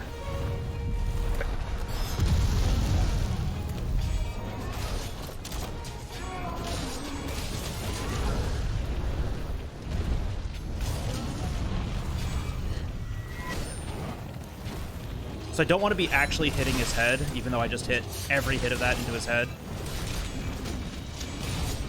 I get hit by this. I need to be careful here. My HP is low, and that put me not into riser iframes.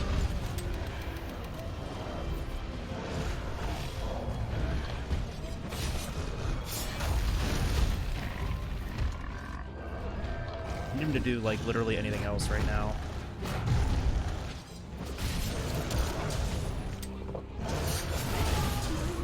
Wait for that to end. Missed it. I missed that, that's unfortunate. I missed that KO on him. Because he's in another animation. The other animation overrode it.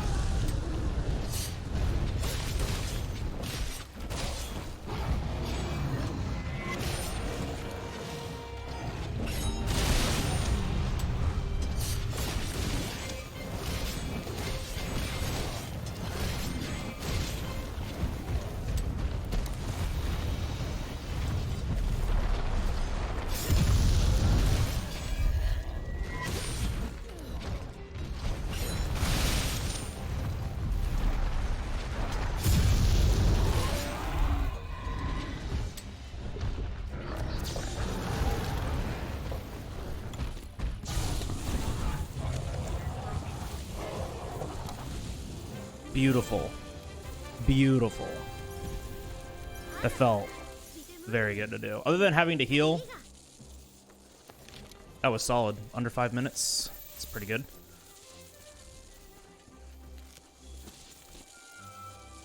Yeah, so like Helmbreaker placement. Helmbreaker placement is like the hardest thing about this weapon. Especially when a monster like this, once again, this is a monster whose hitbox, or his best hit zone is not his head. I'm trying to hit the chest, the tail base. Sometimes I'm aiming for the legs to get trips. If I got more claggers and could capitalize on more claggers, I would have tenderized one of those legs, and that would have been the hit zone that I would always go for. It's not the best one, but it's the most consistent one. But when I'm trying to hit the chest, it's very easy to clip your Helmbreaker into the head instead. So really, you just kind of have to like unga-bunga your way through that one and hope everything works out well. High-level LS gameplay, though, they are very good at placing their Helmbreakers where they want it to hit. You have better positioning. You know where to stand. You know how to foresight into position. I am not quite there yet, but oh yeah, we didn't even talk about screamer pods. Yeah, they give you 3 screamer pods to use, and on Diablos, when he's underground, you can use that screamer pod to stop him from being underground. Fortunately, with LS, that's a pretty safe option to counter the underground digging thing. But the nice thing is that they give you those, and you can pretty much just use them with any weapon. I usually don't slinger burst with them because slinger burst timing with every weapon is different. For some weapons that you can queue a slinger burst, like lance or sword and shield, I will use it with. But for a weapon like longsword, absolutely not, because like I have to do an attack and then do it, and the slinger burst with longsword is very slow in comparison to like other weapons.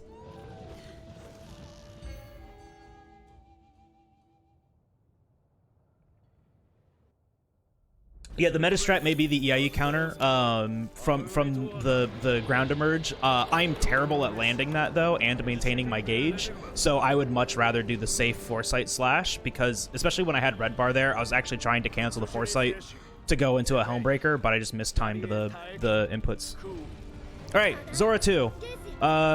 Green. Zora 2. Okay. So Zora 2 is very different from Zora 1, primarily because, at least in my opinion, it's actually enjoyable. Disagree, but go on.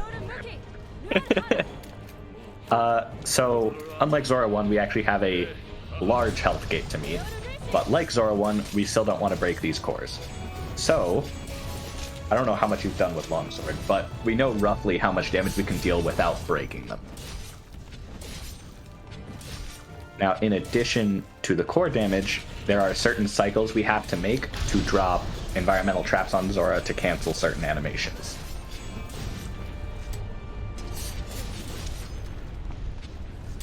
I've done none. Oh, cool. This is all YOLO. Yeah. So we don't want to break the cores again. I don't know if you said that. I zoned out. Because I was waiting for a magma explosion that just never arrived. But we don't want to break the cores. So a lot of what I'm going to be doing is kind of like, I'm going to be counting, which is kind of gross. And just like trying to line up damage here. I don't think I want to Helmbreaker these things. If I remember correctly, the last time I tried to Helmbreaker one of these, I missed the Helmbreaker. So I'll probably just do spirit combos on them. Ooh. Monka positioning. So that was the first rock drop. Stopped Zora from doing a weird tremor thing. Let's see. Oh, it hit. Huh.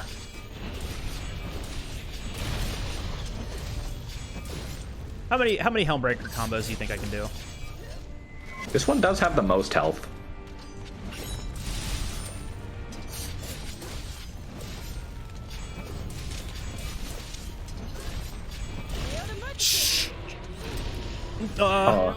Whoops. Okay. It's fine. Everything's fine. It just slows us down a little bit. It doesn't ruin everything. All right. I am not hitting the first core then at all. Yeah. I did 2 spirit combos on it. That changes where the magma's going to be, though, doesn't it? No, not this one. The back one, yes. These ones, no. The middle one doesn't change the flow. Only the center one does. Got it.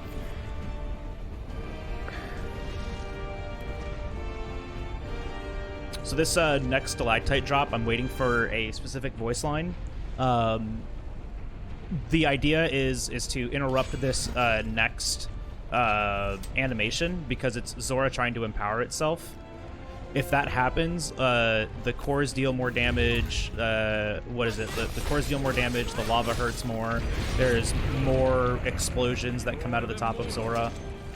It's just stuff that we don't want to deal with. And the cores also explode more frequently, I believe.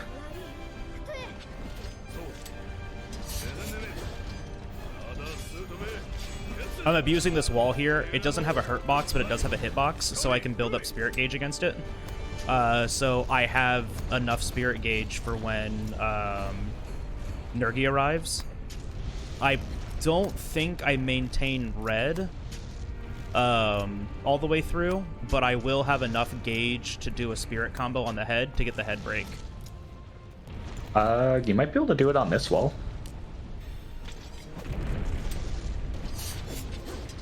Huh.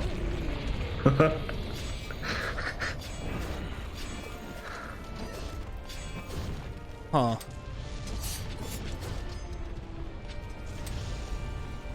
Interesting. You just want to be careful. Escape's well made. Oh, when did that happen? Huh. Apparently I dropped the other rock. It might have been from swinging up there, honestly. Oh. Roll back the tape. But it's fine.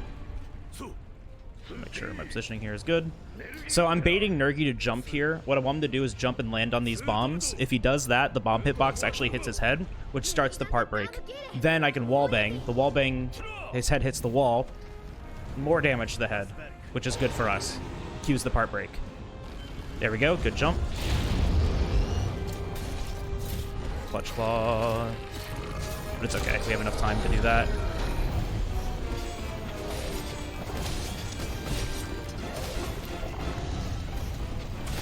There we go.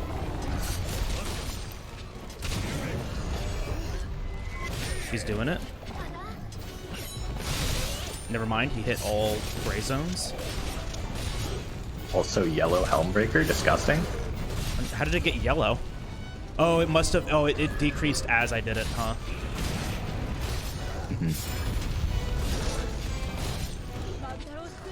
Dodge. Thank you.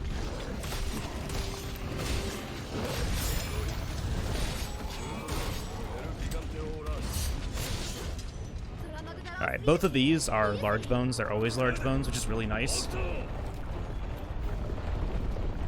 Not anything that we need right now. Do you think I can Helmbreaker this thing? There's no, I don't think the stab launches you up. Oh, So I just spirit combo, huh? welcome to 3U. So, this rock, lovingly dubbed Rock Friend, when Zora's standing like this, it just doesn't break. So, since all the other cores are unavailable to hit right now anyways, and even if they were available, we don't want to break them, so we just take this time to hit this core. It's not even a core, it's just a part that breaks. Yeah. And we can just... When did this one break? What's happening? LS is too good, man. No, I wonder if when you drop that rock, it hit the core. LS is so broken. In, like, every iteration of that word, too.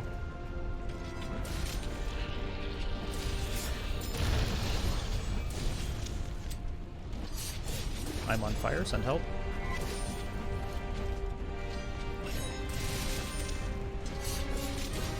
But this core we're actually going to try to break. We're just... because Zora is going to start transitioning to phase 2 soon. And once he starts that transition, he can't be flinched anymore. So we'll take that opportunity to get that last little bit of damage in and break this core with no negative consequences. I was waiting for you to say no negative consequences and me break the core that, like, second. I was like, oh, I got hit by that, so I still need to build up red gauge here, so I guess I'll attack it again. And then you're saying no negative consequences, like, this is gonna end well.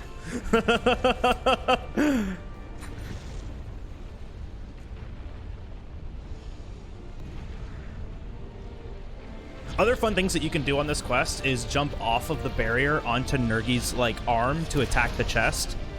It's something that we don't take advantage of here, though I've always wanted to try to see if it'd be faster than just shooting the cannons.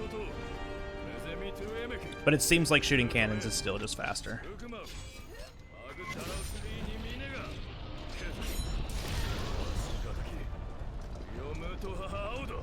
More important to get this transition. Please, please, please, please. Thank you.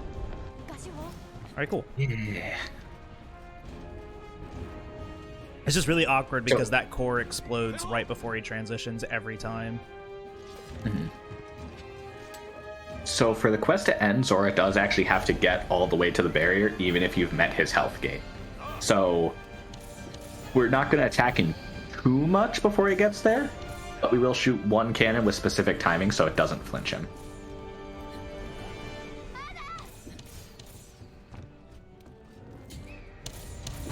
Am I late? Nah. Yes, but...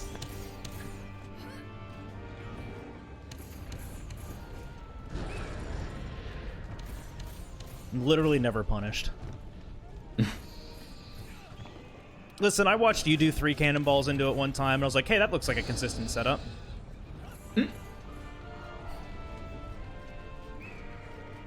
Wait, but you found the consistent setup before I did. Yeah, but, like, then I could also be on this when the barrier health appears, before I usually get up there as it's appearing. Oh, I see. Oh, I see.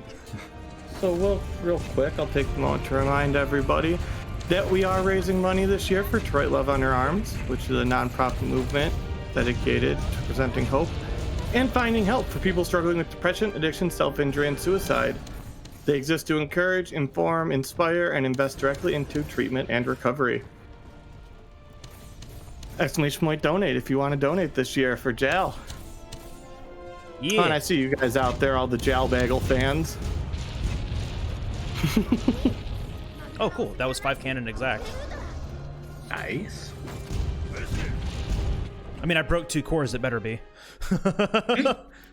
4 large bone, the commendation, and I got a gem out of that. Let's go. So the commendation is what we're going to use to upgrade our weapon.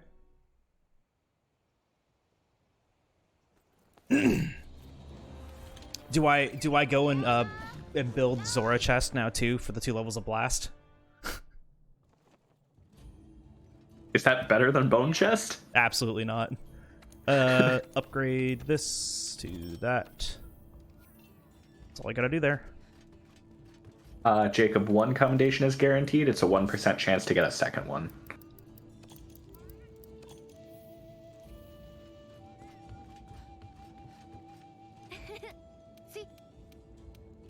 Getting the second one is actually the world record RNG strat, because then you don't have to downgrade your weapon at all. Yeah, if only anyone ever got that. I've gotten it once. Yeah, I got it once, and then the run died to Nergy, so... Sub 2 RTA on that colossal task though. That's pretty fun, especially with longsword. That's great. So in world record routing, Green and I have scripted out switch axe into SNS. Green's now working on adding in Charge Blade to that for Rathalos and Diablos because it trivializes both of those fights. Whereas with switch axe on both of those fights, it's a lot harder to do it fast, but it's possible. But it's more consistent with CB, and sometimes a bit faster. But you would when you want to make multiple defender weapons. Sorry, I zoned out for a second. I was like, "Am I doing this right?" But Green, you didn't say anything, so I assumed I was. But to make multiple defender weapons, if we only get one of the upgrade materials, we downgrade to make the other weapons because you get the material back. It just costs money. But if you get multiple, then you don't have to do that. All right, so Pookie 2, it's high rank now. We have entered the high rank portion of the game. I'm gonna triple hit this, so off of the first clagger I can tenderize. 1, 2, 3, because he roars here no matter what. Good positioning.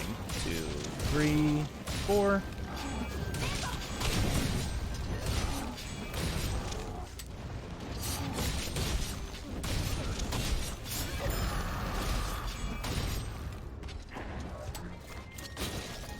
Just monster knowledge, he always goes for this Nosh here.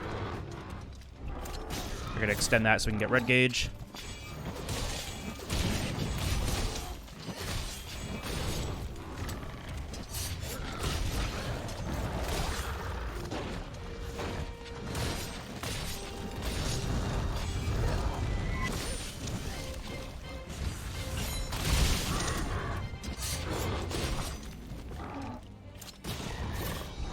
Grabbing the clagger guarantees that we can get that we can fill the spirit gauge up, and usually have time to do something else. I didn't turn it. Do I get lucky though? I got so lucky off of that. Dude, I couldn't begin to tell you. It's just LS things. Alright, I'm gonna wait till he starts doing something. Good. Pookie does this really cool thing sometimes where he jumps backwards between animations.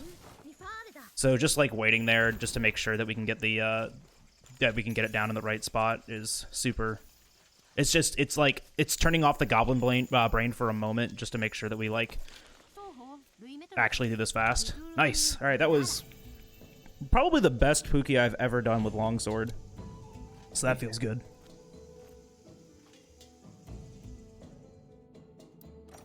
Yeah, health boost 3, just having that more or less trivializes things like poison. The Divine Blessing more or less trivializes making mistakes. Plus the amount of defense that this gear has is nearly 3 times the amount as I would normally have in a no add-on speedrun.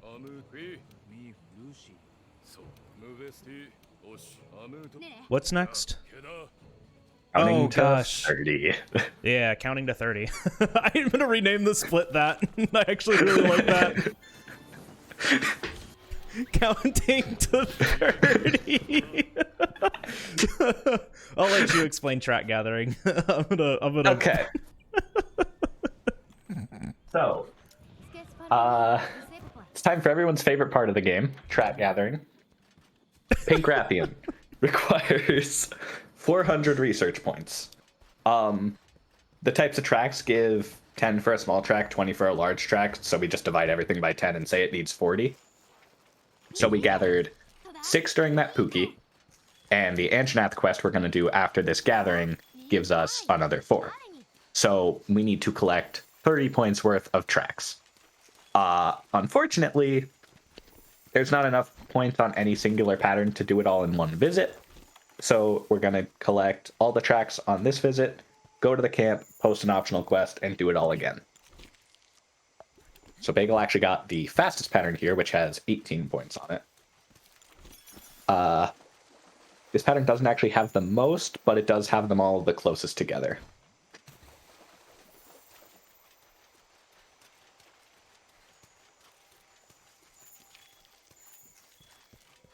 I'm counting. I'm at 14 now.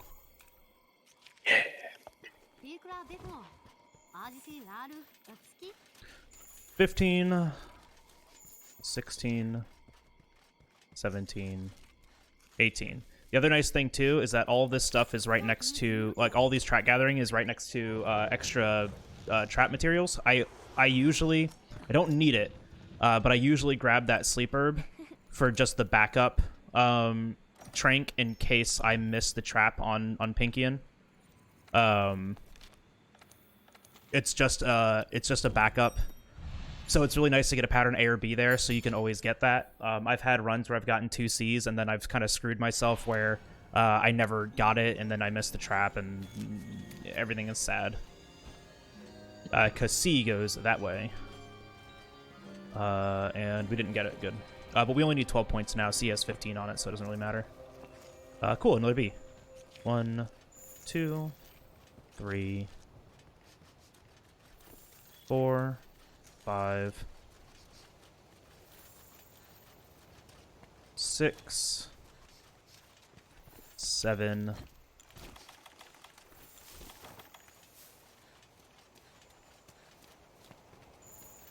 8, 9, 10, 11, 12. Yeah, you still have to just go to that one.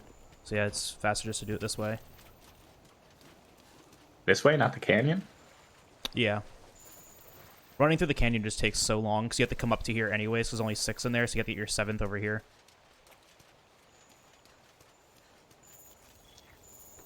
I opened the wrong one. That was 12, right? Yes. Probably, yeah. 4 in the yeah, canyon. 9, 10, 11, 12. Yeah. Wait, did you only grab one of those tracks? Huh. Well.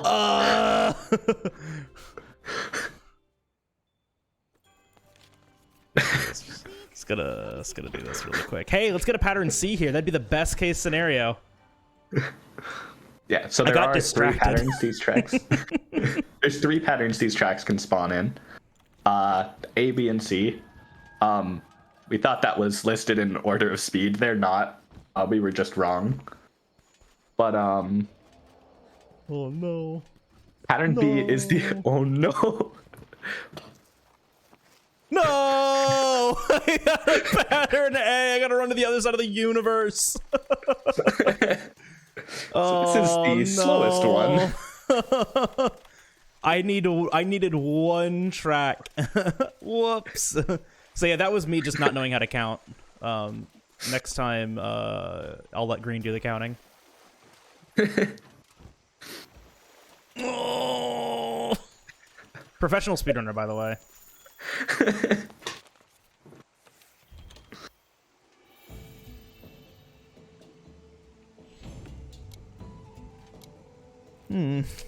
It's fine. Everything's fine. That only took us, like, what? 10 seconds? 20 seconds? Not Sure. even. Alright, just pretend that didn't happen. Yeah. Wow, guys, can you believe we got 2 RNGs, the best possible RNG? Can you believe I threw away the best possible RNG? Dude, if I would have done that in a world record attempt, I probably would have just stopped streaming. Hello, Camp 1. There we go. Alright, Anjanath. Remember how the other Anjanath was annoying to fight? This one's worse. What is that supposed to be? Who knows? Look like flash pods. Monka. I thought you got 2 flash bugs off of Legiana, though. That looks like I have plenty of flashes, too.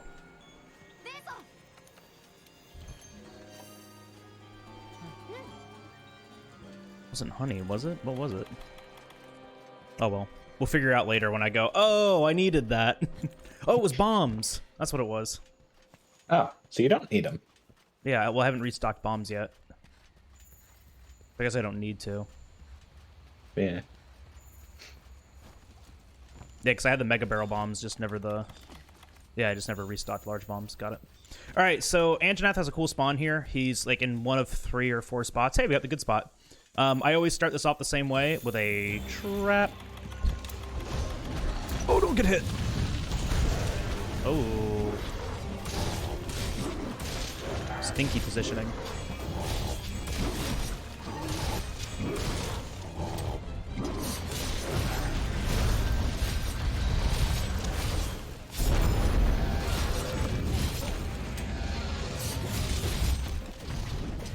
That's unfortunate. I could have foresighted that. That would have been sick.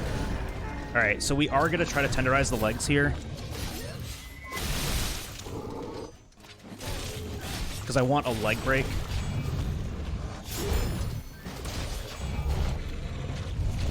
Oh, okay, good. I didn't get hit by that.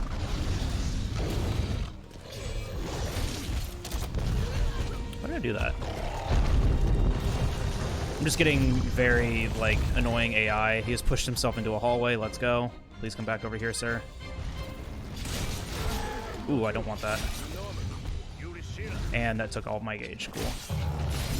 The Foresight, come on.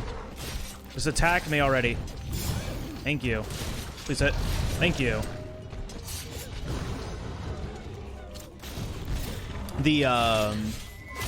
The aerial spirit combo is a lot faster than the normal one. So when I can do it, I will. That's unfortunate. 4 in the air. And now I want to try to snipe his head. Just hit him.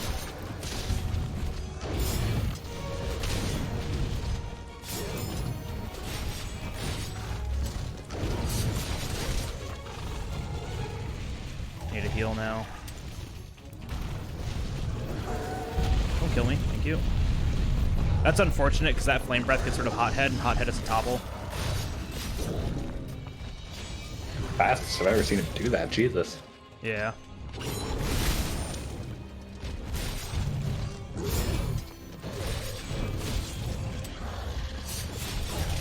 Now I'm just trying to go for a trip.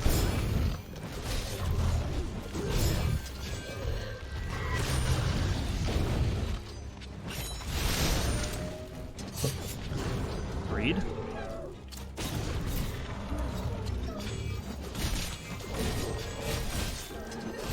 How many trip thresholds do you think I passed? That was a tail attack.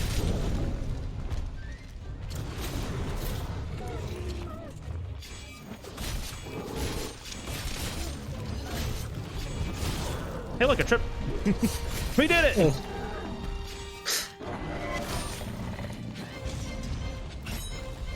Uh-huh.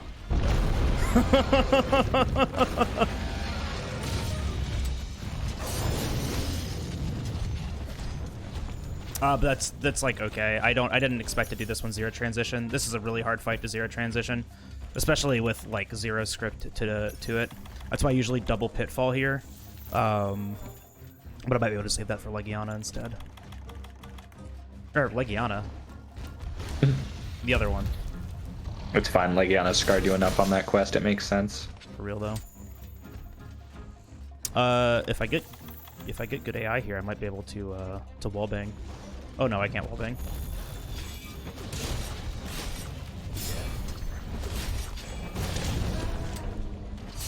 First pod, yellow. I.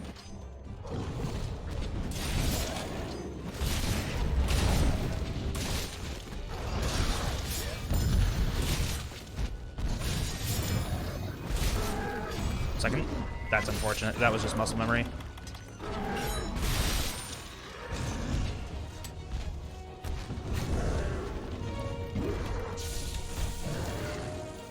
One and two. Just like that. All right, what's over here that I can grab? Is there anything I need? Probably not, huh? I can open up this map. No, yeah, there's no loads. Anyways, what were you So you were talking yesterday about opening the map during Pinkian?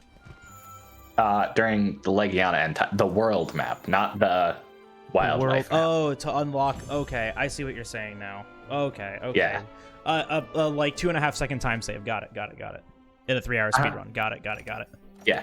And you do it on Zora 1 too to unlock Wildspire before you go to the Great Ravine. Oh, I see. So 5 seconds, very valuable. Yeah. Green is a sickness. Yeah, All right. I do. Pinkian. I'll take the smallest time saves. That's probably why you have world record. Yeah, there's different ways of approaching speedrunning. You got people like Green who will hold the world record because they care that much, and there's people like me who are like, I'll learn what rooms I need to go in and what order, but I don't know how to go through those rooms. Like in Super Metro, which I played for forever, I got decent at it. Any experienced runner, you could put my run blind side by side with somebody else, and they're gonna know who I am every single time because my rooms look nothing like anybody else's because I never actually took the time to learn them. I just like, yep, I get through here, however I get through here, and it's fine.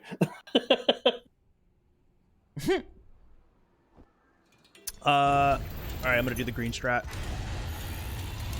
This is the Moss strat. I'm gonna do the Moss strat. Go to the leg! Urgh!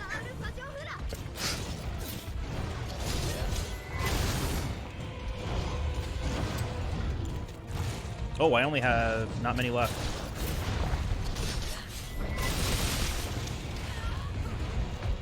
Alright, that's okay though. Grab this. That's good AI.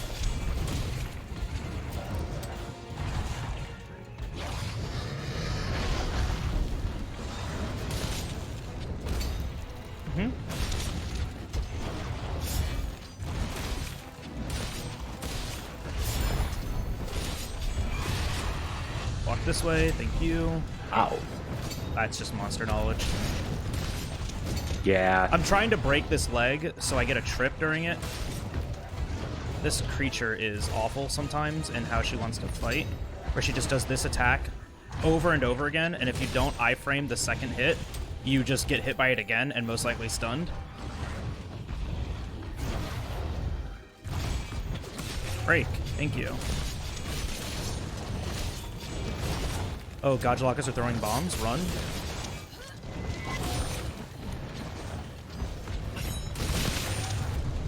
Oh. Leg lock, leg lock.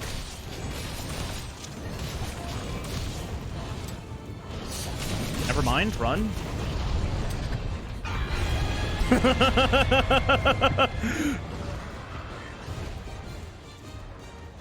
So we're actually going to take advantage of monster luring now.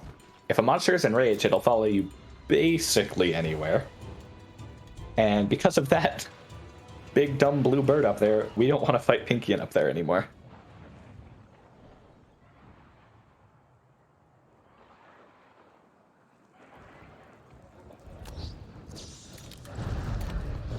Uh-huh. Huh? Yeah, I don't know. If I bounce off of this back one more time... Love longsword, by the way. Longsword has a chronic illness called Too Long for Its Own Good, where its hitbox will like extend into other hit zones.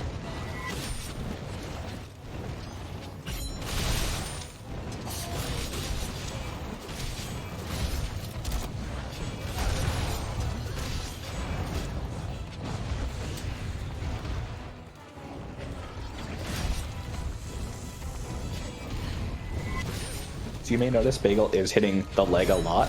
The leg is not actually the best hit zone on this monster, but it moves around so much that we get more out of constantly tripping it than we do from the extra damage of hitting the head. That's unfortunate.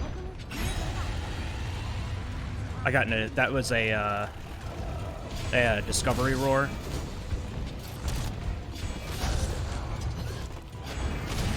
Bring your head to my sword.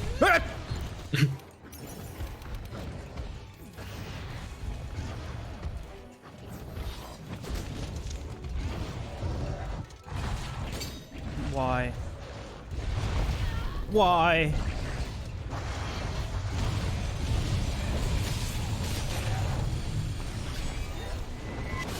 Thank you.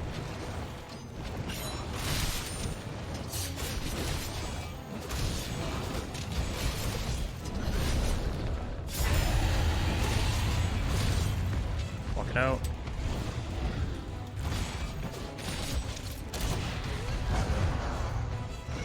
Cool clagger.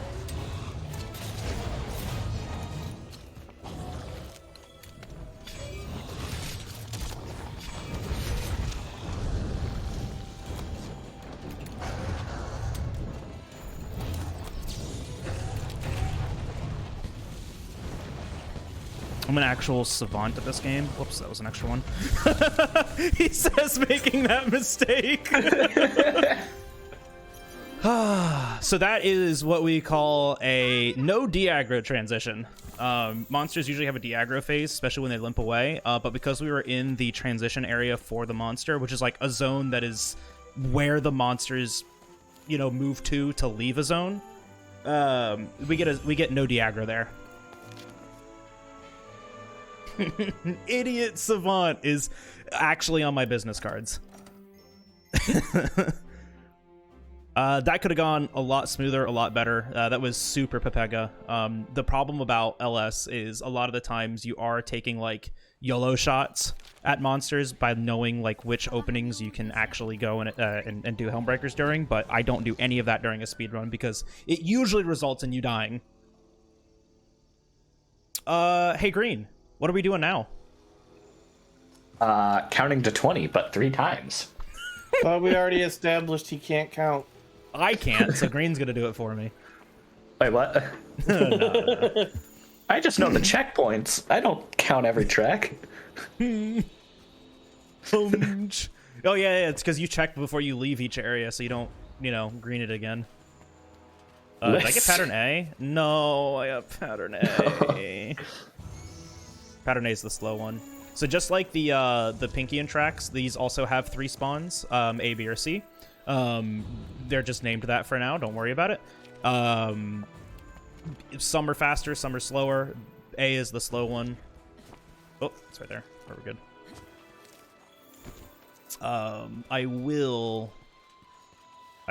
Should I go get the extra flashes? Yeah, probably.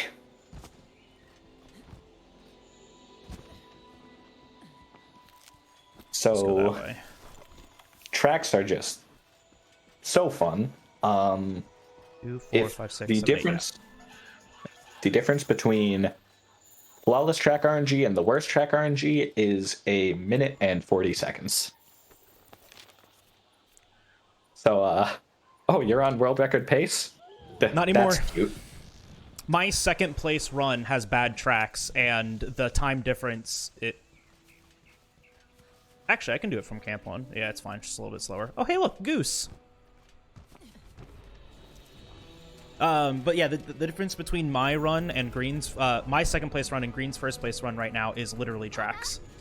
There were some differences in, like, the fights and stuff, too, right? Like, you know, I think Green had a couple better fights than I did.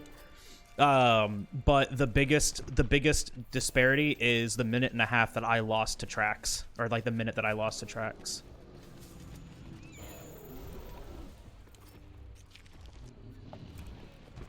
Because yours is record by like what, a minute 45, something like that. Yes.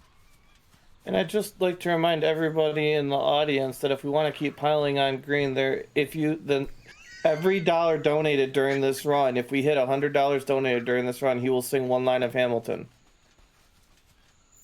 Doesn't have to be all at one time, so 10, every bit counts. 14. Just $10 from 10 people, and you too can make Green sing on stream. 16. He has agreed to this. This has been confirmed. 15, 16. I'm at 16.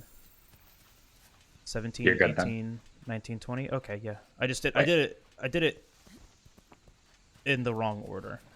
But you're at 16? Yeah, isn't there a track right here? 16. Yes, right. There's 2 gashes here, 2 gashes out there. Yep. Yeah. And then there's 2. There's one over there. God, Don't reverse worry, is awful. Green. That's not the most embarrassing thing that's been done for money this year. One of PGA's friends twerked on stream for $50. Oh, let's go. Yeah, know what you're worth, man. He was a little drunk, but we got it. I went to camp. God, I'm Papega right now. It's too early for this. Fine, you'll get pattern B. No, I'm just flying. I'm flying to. Are you kidding me? I'm just gonna fly to the right place. Oh wait, this is Teo. Got it. I'm Papega.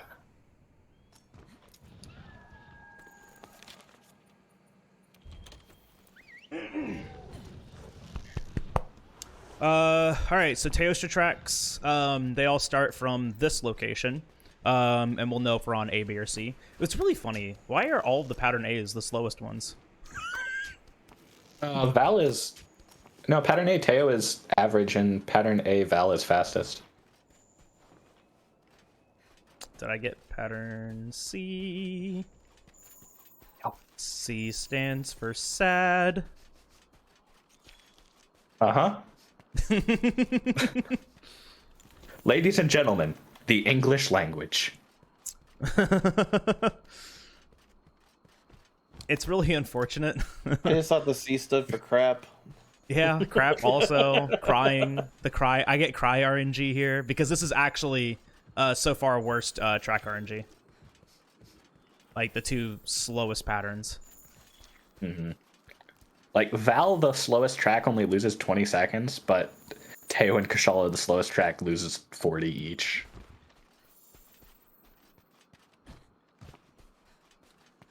And what we learned yesterday, that the patterns are actually 30, 40%, and not like completely random.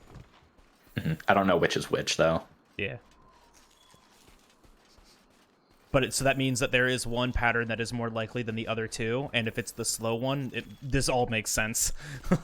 And I'd just like to say we do have a $25 donation from Matt You Struggle, which means that we are only $75 away from a lovely, rousing performance of Hamilton by Green. No, I've been craked again. Oh no! So that's a rare endemic life. Those little birds. There are people that have literally thousands of hours in this game and have still never seen them. And for some reason, I always see them in speedruns. And they are cursed little demons. They are hellspawn. They curse every run. So that means we're gonna cart to like Nergi or something. There we go. We can input down. Before full lock every elder. That'd be cool. With longsword? Are you kidding me? I'm Papega. With longsword and downy crakes? You see, the problem is that he hasn't sung Hamilton yet, and that's why he's getting such bad luck. So what we need, Chad, if you want to help your dear friend Jalbagel finish this run out quickly, we need $75 in donations to bless this run with Hamilton.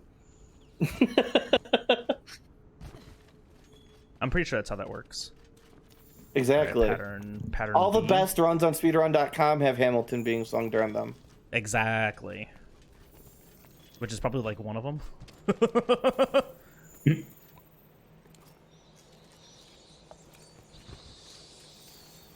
So this is pattern B, so we're going to gather some things here. I'm actually go on a little detour and grab some extra flash pods. Pattern A or B here is actually really comfy for unscripted weapons because we get to grab extra flashes. It's just a nice little backup. Once again, not the most direct route, but it is something that we do for comfort.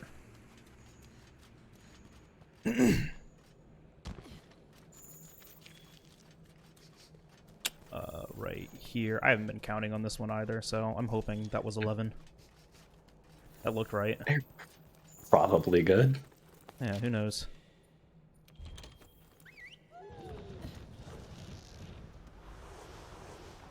All my homies hate Kushala, Yeah. so that'll be a fun one to deal with. But luckily, that's what we're gathering all of these flashes is to trivialize Kushala. Yoink. Yoink. Yoink.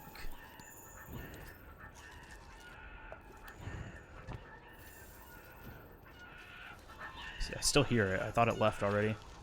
The Gajas are not happy about it.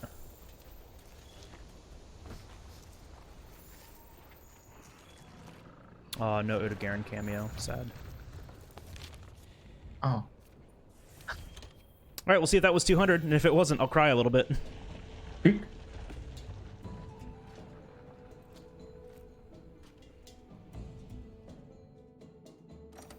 Ah, blessed. Yeah. Gamer. Alright, Green. See, you put $25 towards Hamilton, you have 200. It works. See? Direct connection. Indeed. It works.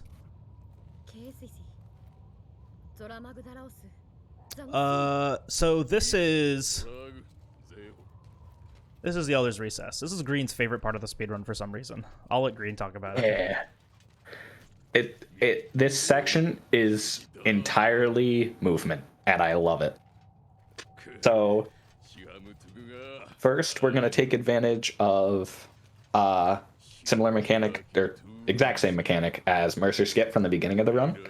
The Admiral has a slow walk aura around him, but if we never enter it, we can just run past him to get off this ledge if we wait long enough.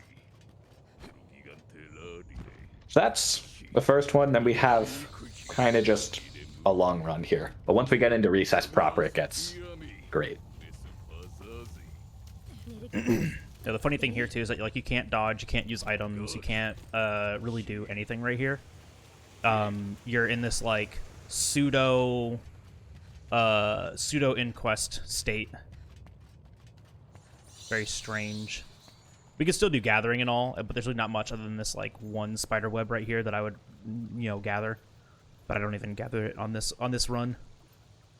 And $10 from Oni Baloney, not over till Green Speed sings. Also, good luck on run and the awesome charity, which puts $65 away from Green singing Hamilton. Little by little, guys, every dollar helps embarrass Green on live stream.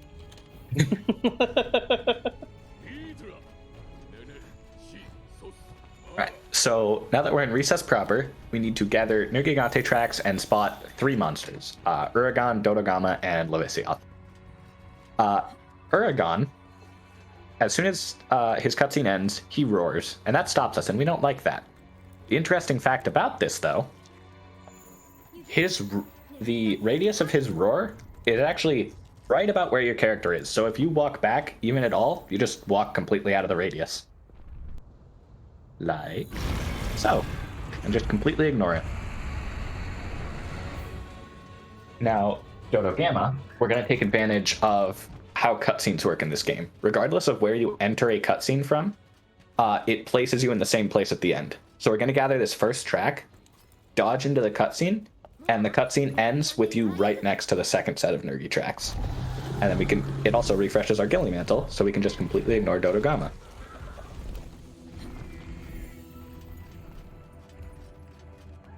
My god, he didn't do it. Let's go. I didn't have pods for it. I was thinking about turning around and shooting a dung pod at it though. There was 1 week where we didn't realize we could use the Ghillie Mantle there, so we would drop a rock on Dodogama instead. But then we found the cutscene refreshes your Ghillie Mantle, so you can use it then.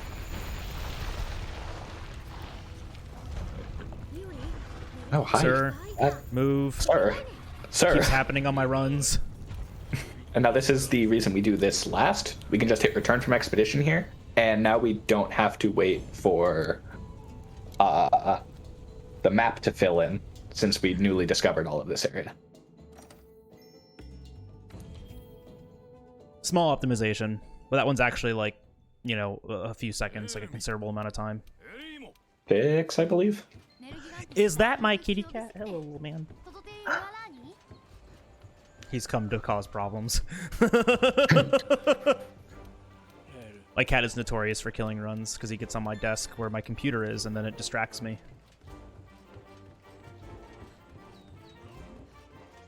Alright. Nerd Gigante. What? He's just standing behind me. Oh my god, meowing. you can see him.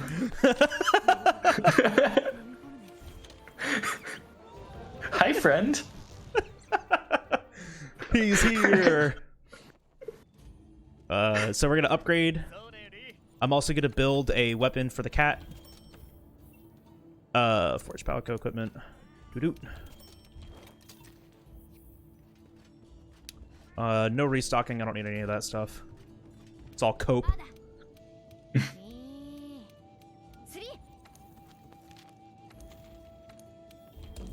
Kitty cat, I see what you're thinking about, and I want you to know that you cannot do that. Now you may notice so we gave the cat the poison weapon. Yep. We're still not taking it. That poison weapon is used for one fight only, and that is Xeno'jiiva, the final boss. One poison on Xeno'jiiva does over 5% of its health, and Xeno has a lot of health, so we really like that damage. And usually the cat can get 2 off. So it's very helpful, but it's still not worth the bad AI to use it for the other elders. Or really just like any other fight.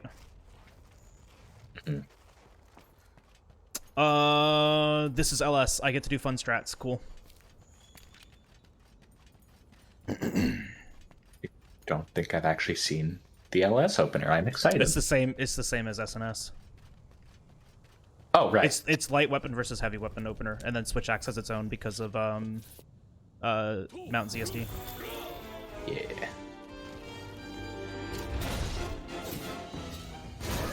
I have to turn him because he was in a weird angle.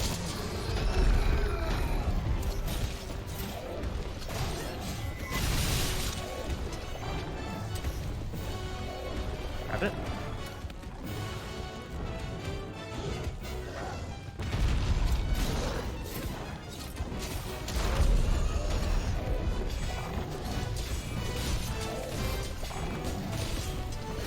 I didn't have enough. Well, it's immune to KO during a... Well, No, I know. knockdown.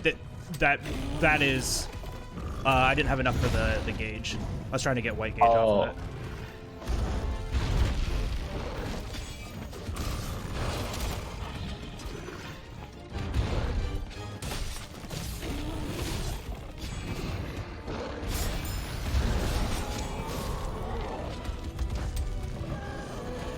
Oh, he's on my desk.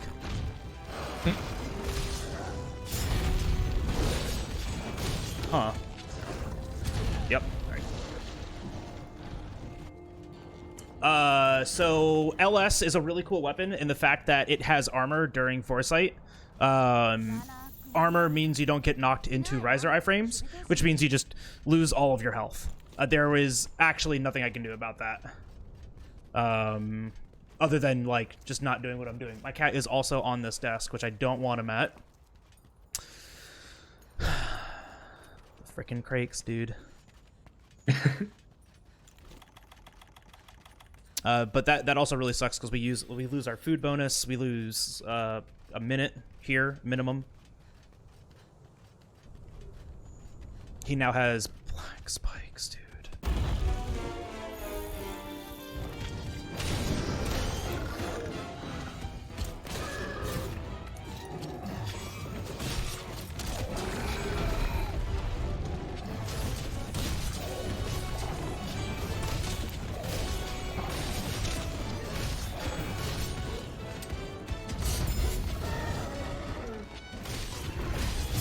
So I need to get him re-enraged to pull him down to the next area, but what I would like to do instead is get him to dive bomb here.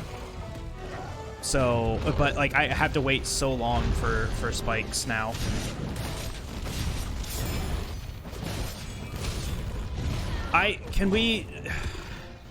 This is also just like the worst possible AI to get on a Nergi. I'm literally just waiting for spikes now. Dude, he's literally on top of my power cable, so if my stream cuts out, I apologize. Oh no. I can take care of it after this, but I literally just need him to stop doing this. Oh, I don't have gauge and everything's black spikes up there. And as input cats knows, if you try and scare them off with something, 9 times out of 10 they're going to destroy that thing you were trying to save to begin with. Well, he just also, I'm not going to scare him off of it, right? He just won't, he'll just look at me. Do I look like a joke to you?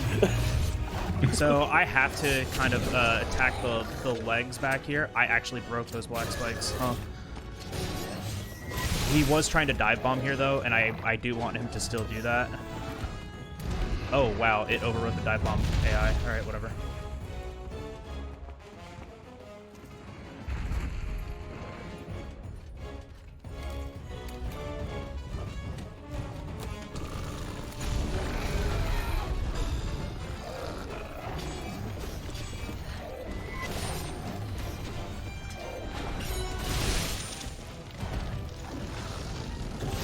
I need to move because I didn't poke for some reason.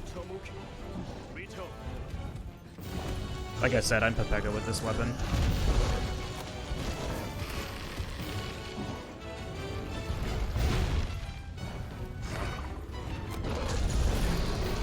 That's unfortunate. That should have toppled and it didn't.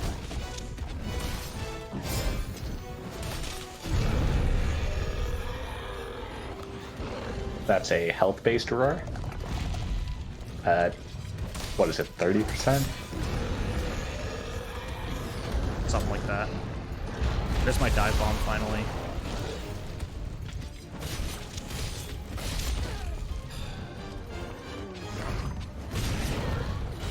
Boy howdy, Nergi sure is just doing whatever he wants to do. Come on, chat, help him out. He needs good luck, and the only way to get good luck is for Green to sing Hamilton. And we are only $65 away from that target. All money raised goes to Trite Love in Our Arms, a nonprofit movement dedicated to presenting hope and finding help for those struggling with addiction, self-injury, depression, anxiety, and many other things. It's a great cause. All the money goes directly to the charity through the Tiltify integration. Exclamation point, donate for the link.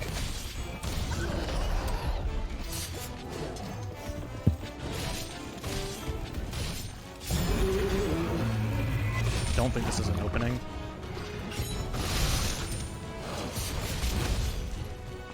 This should be a thorn pod.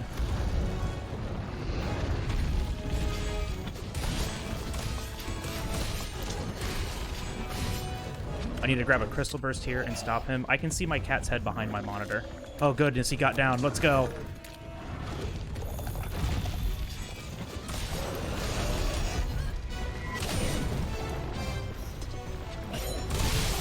Good. We can start bowling this other arm.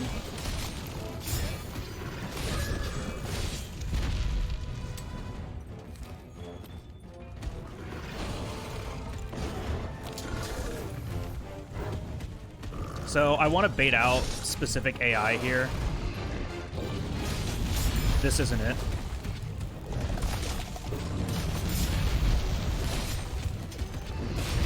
That's definitely not it.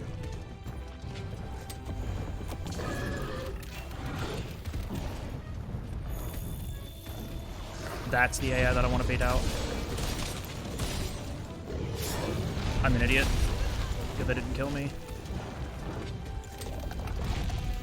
Like I said, I'm not very good with this weapon, and Nergi is one of the harder monsters to ad-lib against.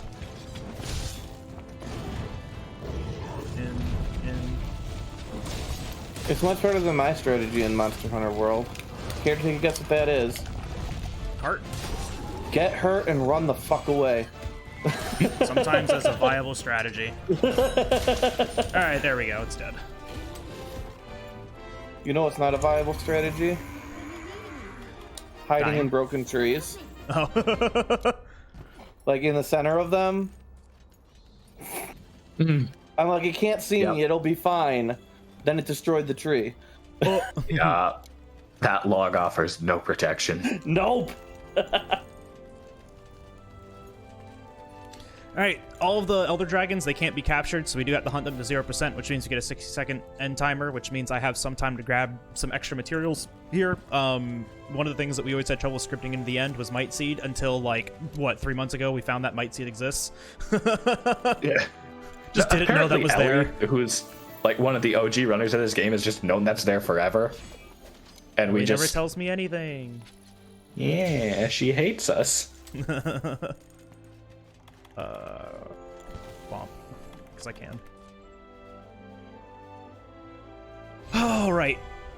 So we did some things out of order. When we gathered for the Elder Dragon tracks, it actually doesn't want us to do that then. So we're going to be doing movement that is like, hey, go grab these Elder Dragon tracks. It's like the game telling us to go and do it. But we already did it. We already did it. So we're just going to go and talk to everyone and then talk to everyone again. It's going to look really strange.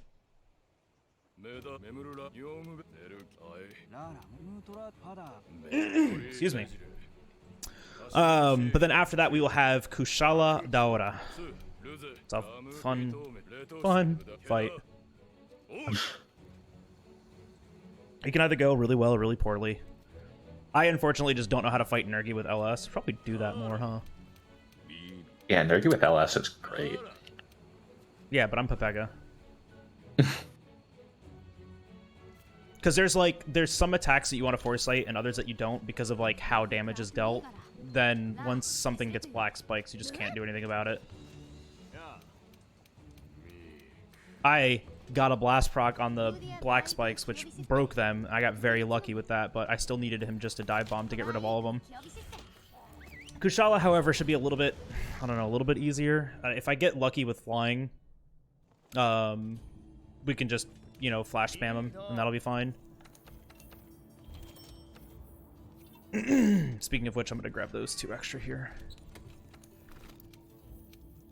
Gonna do that, and do that.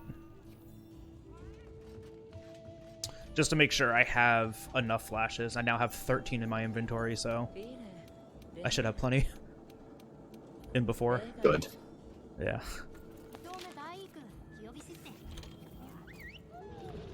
Uh-oh, I'm tangled. Alright, we're good.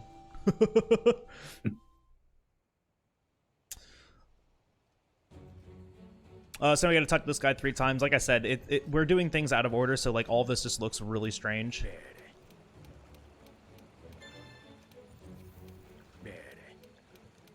Yes, and I actually did the math of what inputs you'd have to do on the map. Doing the tracks before this saves 1 input. Let's go. It's great. One of the other things that it also saves, though, is kind of the cadence and the feel of the run. Doing all the Elder Dragons at once feels a lot cooler than having 3 separate instances of track gathering. It feels good. Mm-hmm. Just like it'll feel good in your ears to hear Green recite Hamilton. We are only $65 away from that incentive. I believe. Sorry, Green. I don't think Joe warned you. If there's an opportunity to embarrass somebody on stream during a charity event, I will 100% take it. I was not warned, but I'm fine with that. That's why you weren't warned. I knew you'd be okay with it.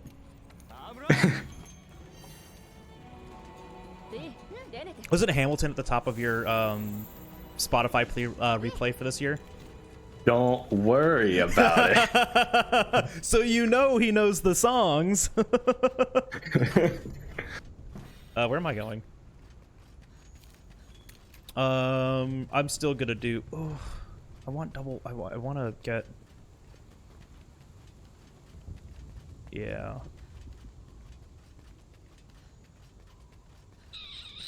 I think I should do that. I'm trying to figure out how I can tenderize the head here.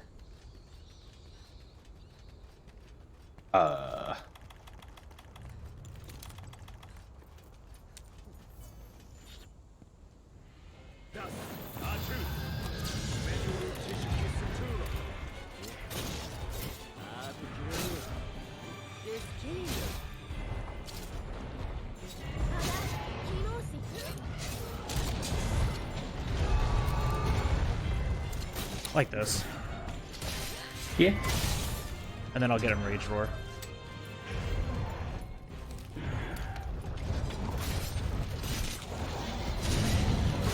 Oh, I didn't get him Rage Roar. Hit it 3 times though.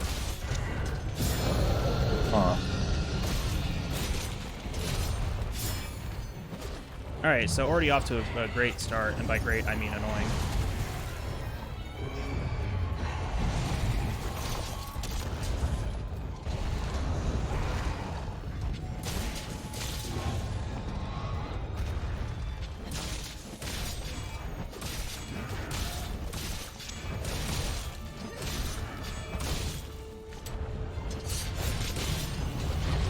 Oh, I didn't have any gauge. That makes sense.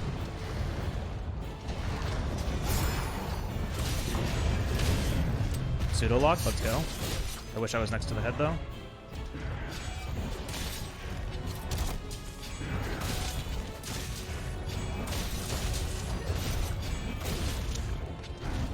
Very good.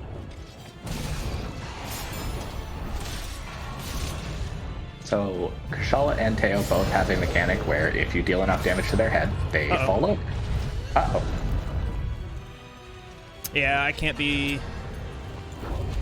greedy with yellow Helm Breakers because that'll happen and that thing will one-shot me.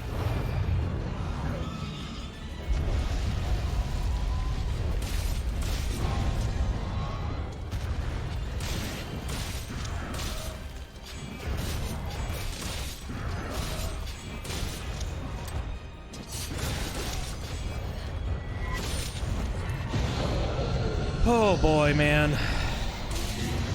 Huh.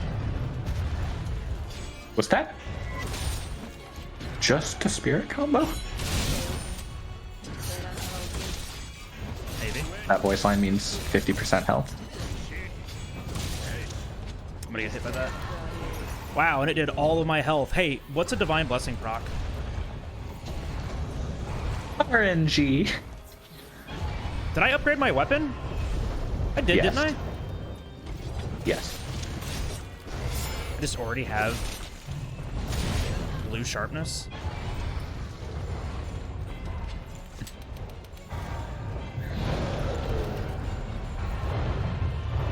Did I really? Oh yeah, I sure did.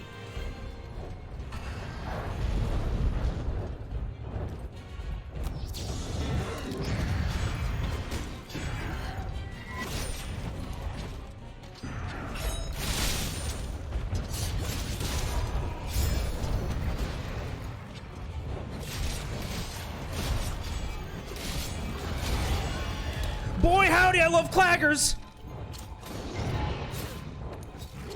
It's okay, we can do this now.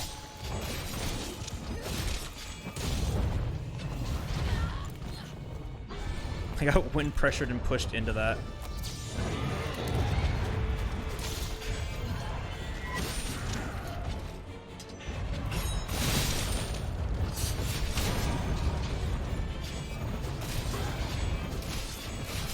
First pod. Second pod.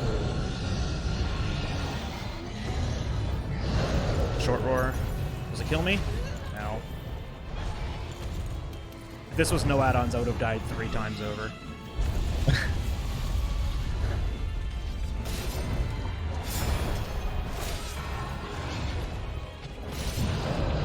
Wow. Roar wind de-aggro, huh? It's gonna go to its nest. No? What? Interesting. I guess I didn't drop third pod yet. Also, green sharpness. The worst kind of sharpness.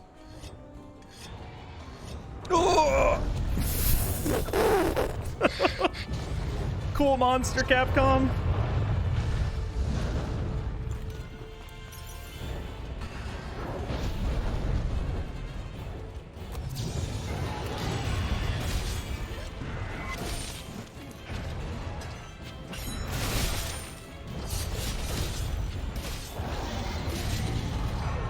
Come on, game. I'm trying to position my right into the other tornado neat. Trying to position myself in a way that right in the other tornado too.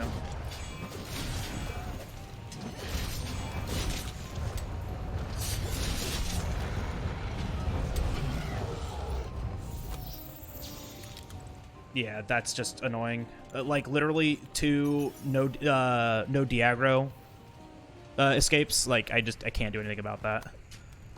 There's a very small window where he's actually susceptible to flashes there. Now I have to deal with him up here, which is even worse because it's his lair, and when he enrages, there are tornadoes everywhere.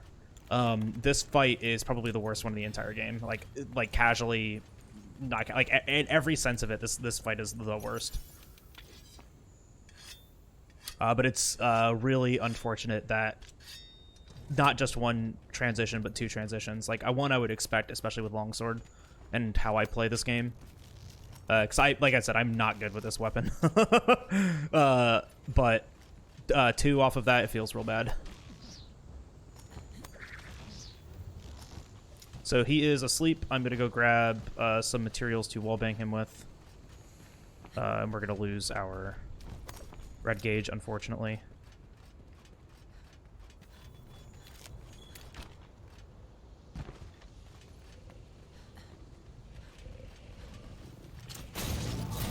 Wallbangs always do, what, 2% health?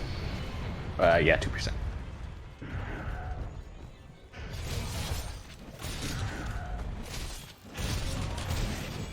I'm just stuck here. Thank you. You're already enraged. Oh, nope, he's just gonna roar again. And again.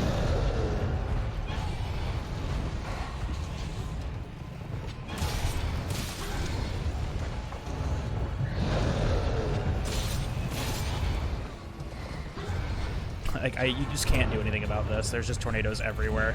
So, like, I just have to really just slow down, reposition myself, and try to bait him to an area where there isn't a tornado.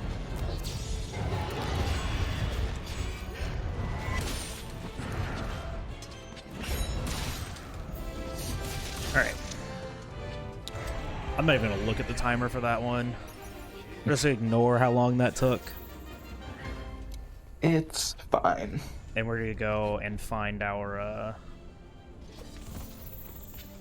see if I can't make it to Might Seeds still. I doubt I can. I don't need flashes. I do need Might Seeds. Yeah, I want Might Seeds. Yeah. 2% of total health, Jacob. And while you're running along there, this is a reminder that DPX2021 is raising money for the nonprofit To Write Love on Her Arms.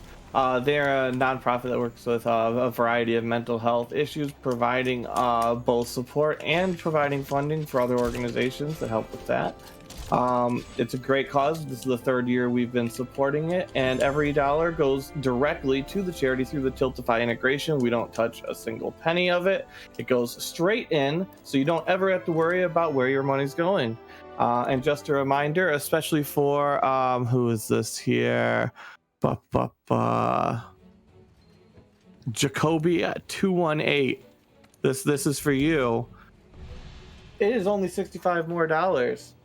And you get to see the good guy, all around talented man, Green, sing one line of Hamilton for good luck for Jalbagel here. Gonna need it on Xeno. Yep, exactly. We need some Hamilton to Xeno. Alright, Teostra. Teostra has two aura modes that he can be in, either Blast Aura or Fire Aura. Well, in this run, like, Fire Aura isn't that much of a problem, but we just prefer Blast Aura because of just like AI that we're used to fighting. But Blast Aura isn't, or excuse me, Fire Aura isn't terrible, at least with this gear. The only problem is that it does consistent damage to you, like over time, as long as you're just in the aura. It sucks. So ideally we will get Blast Aura, and then we don't have to worry about being burnt alive the entire time. Yeah, Jacob, it's either water pushes them into blast, and then ice pushes them into fire. I actually don't remember which is which, but it's something like that. But we're using a blast weapon, which means we have literally no control over this whatsoever.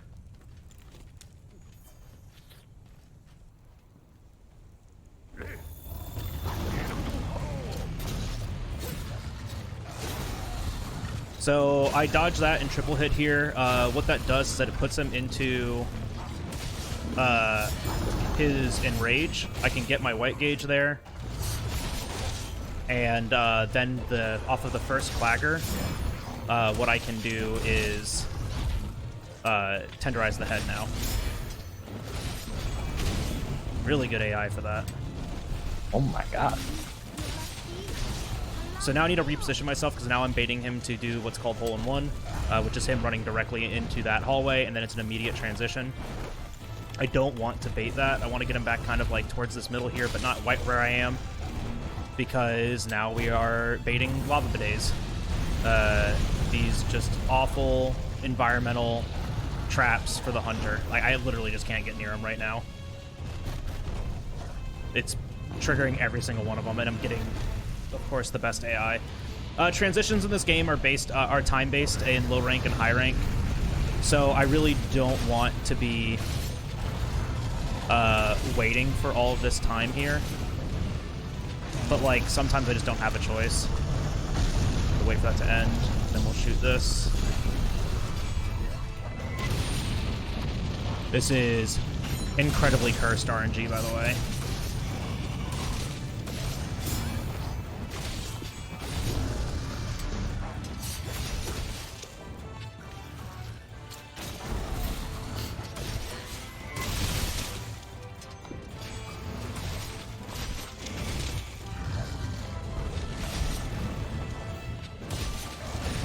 Come on, dude. Just stop doing bites. Give me something else, thank you.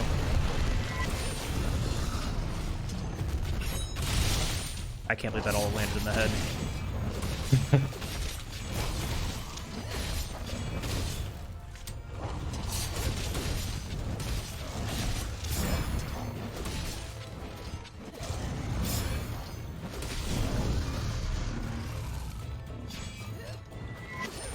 Uh-huh.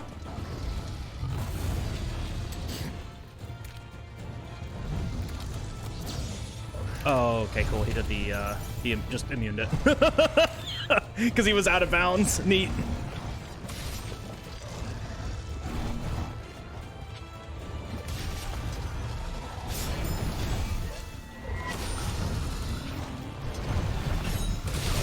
Very good right there.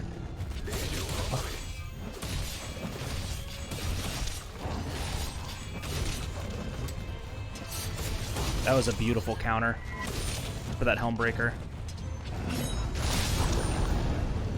Unfortunately, all that went to the chest, and then I got roared. Now I have to just get hit by that, apparently. That's just so unfortunate. So we have a $50 donation donated by Big Teen Dreams 69. Y'all need some more twerking? Donated $50, which means we are $15 away from Hamilton. Thank you, Tommy. Yep, alright, cool. Incredibly cursed RNG. Just again, I got blasted, and then the blast proc also detonated in the exact same frame, which can happen because of Foresight / us armoring through abilities. If you get hit while you have a blast proc, it explodes.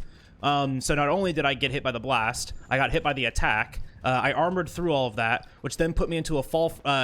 Got tapped after that, put me into a fall frame on top of a blast proc, which I just stood up in the middle of. So all fantastic, amazing, beautiful things. This game is great and perfect in every way. can actually do no wrong. And I still blame those Downy Crakes. Like, legitimately, every time I see Crakes, it's a cursed run. I don't know what it is about the game's coding. It's like, oh, hey, here you go, Downy Crakes. Also, the rest of the game is going to be annoying. Oh, that's not a roll. So we are going to kind of cope through this. He's probably going to leave here in a few. Like, he'll probably start fighting for a second, and then he's going to leave. The other thing to note, too, I don't have any of my gauge anymore. When LS carts, you just lose your entire gauge. He's also right on top of a lava bidet. Not only am I fighting the monster, I'm also fighting the environment. There's, like, nothing you can do about it. You can, like, try to fix your positioning. Just fucking blast everywhere.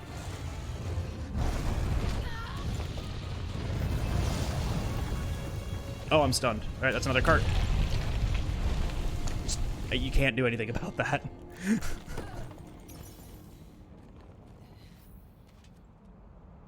Very neat. Very cool. Hey, if I triple cart, you know, that'll be fun for a marathon run. Ellis is good on Teo, but this fight is actually dog. Like, this fight in this arena is not good. One of my biggest gripes about this game is this arena. How about if you triple cart, you have to duet with green? Oh, I don't know anything from Hamilton. Are you kidding me? I'll put the lines in front of you. I'm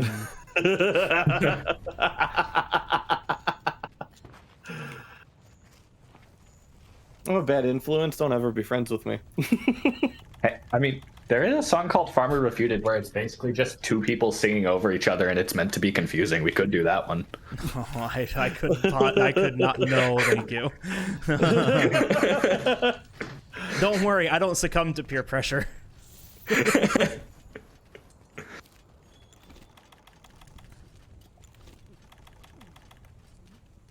Alright, so I needed to go grab a copium cool drink there because I don't want to sit here and burn to death. It's just so unfortunate. Like, this is every reason why Blast is my least favorite mechanic in the game. Environmental effects in the arena should not attack the hunters. Teostra in this speedrun is one of the most frustrating parts.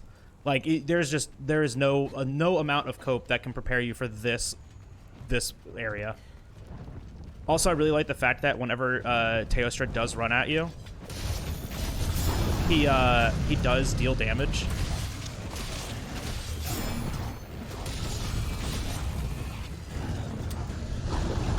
I am blasted. There are blasts just floating around me. If I get tapped here, I die.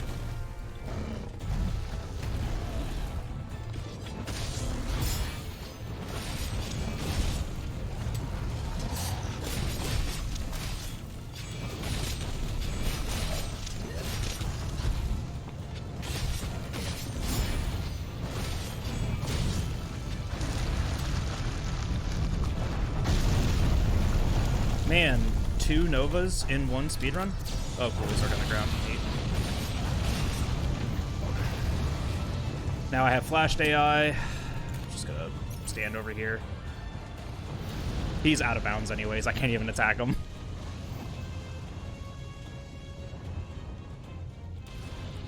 With other weapons, the world record strat for this, we do it with Sword and Shield, and we just full lock him so he can't play the game.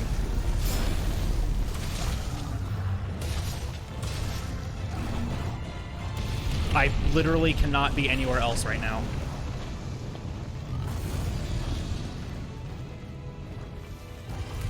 Oh.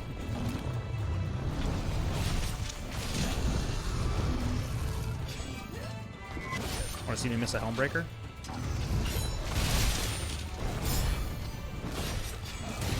I get hit here. Oh, I didn't get hit. Let's go. Fish.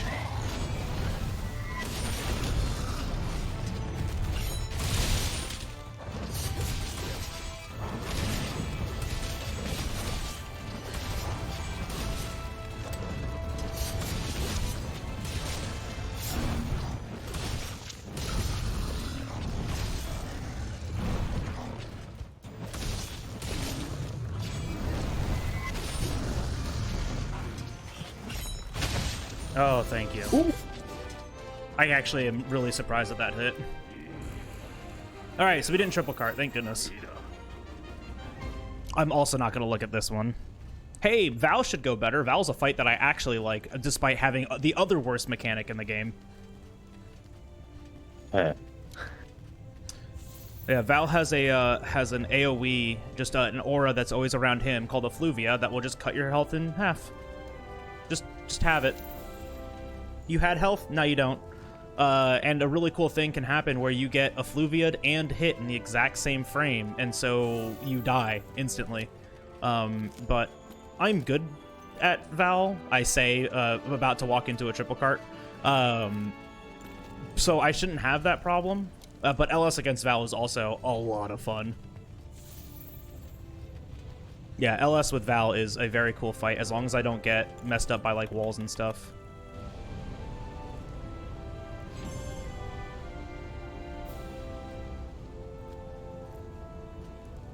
I upgraded, right?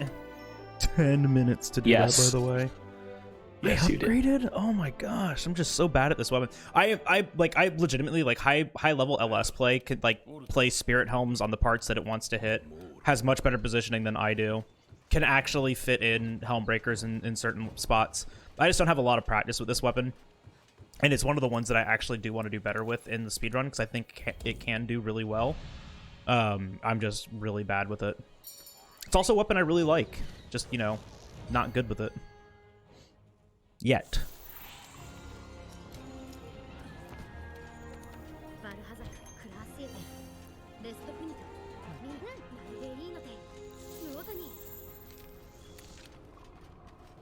Hey, Jacob, I wouldn't say that it's like an attack that can do that. It's like a situation that can do that. Because like it still takes RNG to get Effluvia, at least the way that we are. Like any attack can instantly kill you, but like in with enough health and defense, like Val cannot actually just like instantly murder you. Fortunately. I didn't cope and go grab other stuff, but that's fine. I didn't need it. I have 4 bite seeds. 10. All right, good. Here's one little known application of Slinger Burst. You can break vines.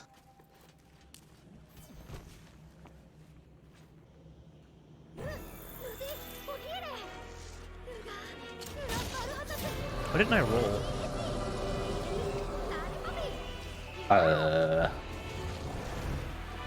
It's okay. I mean, I still got the claw in. Yeah. Ooh, that's not the one I wanted.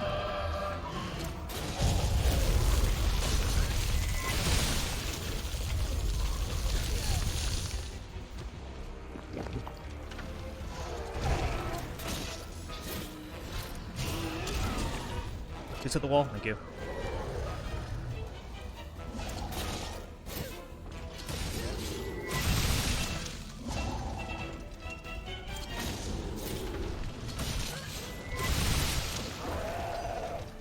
Why didn't I poke? Oh my gosh, the game.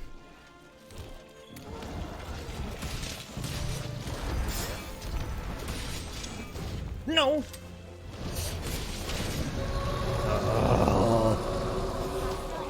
Hey, look, I exist, therefore I am Effluvia'd.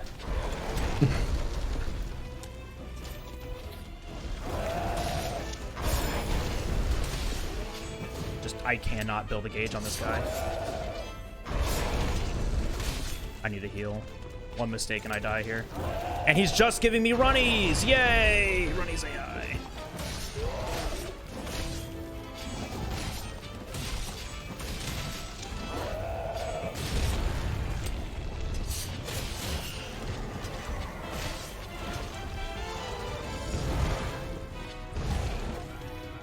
Can't actually foresight that. I'll just get hit by the other ones. Ooh, Effluvia'd again?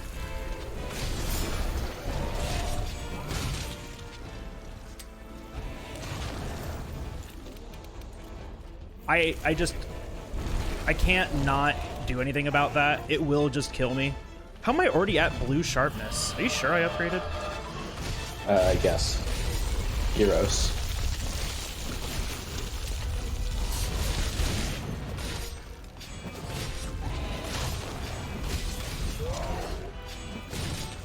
Hey, finally hit red gauge. Let's go. There we go. Val has topples on his leg breaks, so we're gonna be trying to get as many of those as possible. He has 2 legs to break, so we can get 2. He also has a topple animation that is really difficult to get. Thank you, Gyros. Did that too soon. Unfortunately, I got the second leg break off of that para, so I didn't get the leg break. So now I just have to go for chest topples. Ah, yes, green sharpness. From full blue to instant green. I'm actually going to take this time to sharpen.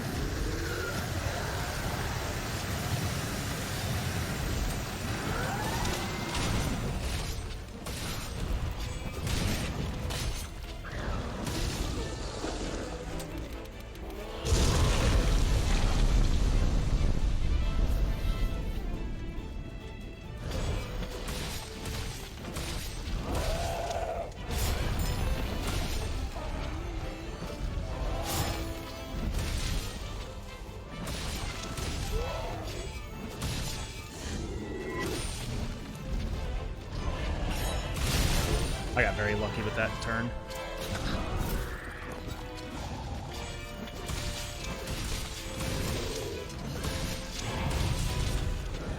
Walk out of that.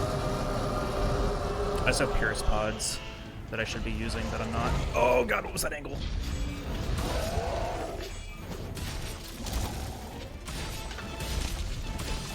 I should have just done a home breaker there. I'll do that on the next one. Oh, nope, never mind. I will do this. Oh. Oh. What, did you not know you could do that? I knew you could do that. I was just expecting the aerial movement to mess with you, but his body like pushed you back perfectly. Yeah. Alright, where the hell am I? So he's transitioning to the next area. This is kind of expected with Val. We're going to take advantage of his positioning in here. When he stops, he'll be right underneath this tooth.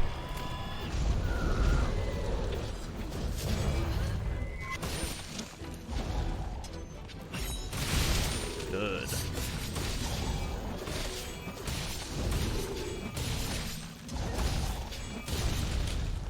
Walk out.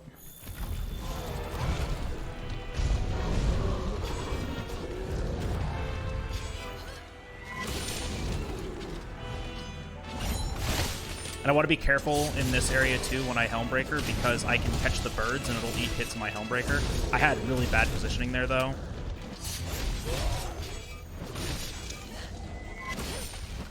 Turn for me? Oh, I waited too long. I was trying to foresight that. If I poked, I could have done it.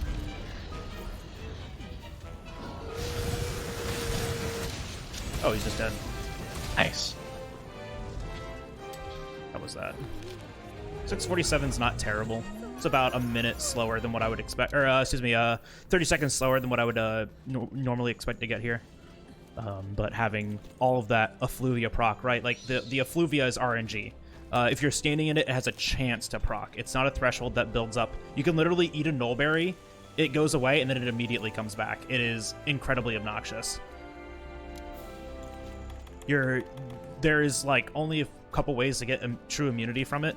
Wearing the Vitality Mantle is one of them, and having the Effluvia Resist skill in your armor is another. But both of those things we don't go out of our way to get. The Vitality Mantle is actually pretty easy to get. It's just talking to Field Team Leader once, but we don't really do that. I don't need to. All right. One more. One left. Uno mas. Well, Xeno there's Jiva. only a little bit of time left. $15 can embarrass green on live Twitch. Oh, I got a heavy artillery out of that? Got maybe, what, 12 minutes left? Yeah, maybe. Something like that. 10, 12, 15, 30. I'll triple cart. If we don't meet it by the time I'm about to kill it, I'll just triple cart. Keep it going.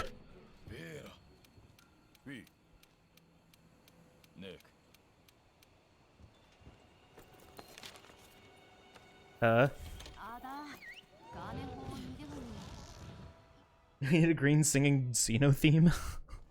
The theme with no words? Yeah, you just acapella it. Oh, like you do with Zora, got it. Yeah, like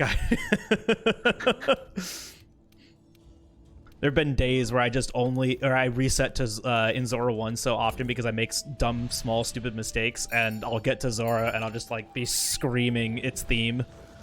Because that's just where I am mentally.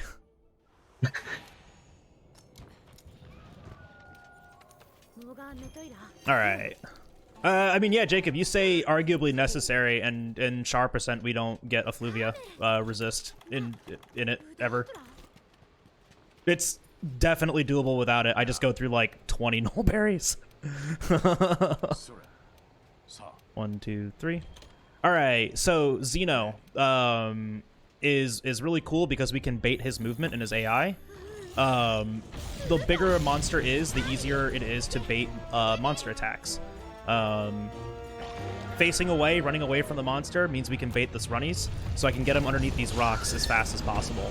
I'm going to drop 3 rocks, which is going to enrage him, but the rocks, once again, do 5% of its health. So this is 15%, and with some weapons, this is much faster. After I drop the 3rd rock too, he's going to enrage, and I'm going to try to line this up where I... Very good. Where I can hit a Tenderize on the leg, be on the ground with enough time to foresight his roar. This looks like I got it. So I can get that. Now, the only thing is I need to get another trip or something to, like, truly get that leg Tenderize off. Unfortunate I didn't hit that leg.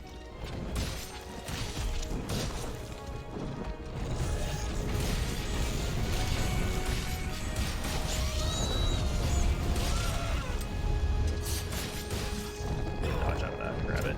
LS has one of the fastest Tenderize in the game, so even if he does the bad AI, I can just get out of the way of it, like, really quickly. Really does like this attack, though. I don't want him to keep doing it because I don't know my positioning yet.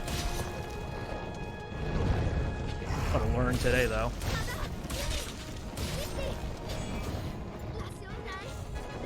Spirit combo is my highest DPS when I'm not doing Helm Breakers, so I should be doing that, like, as often as possible.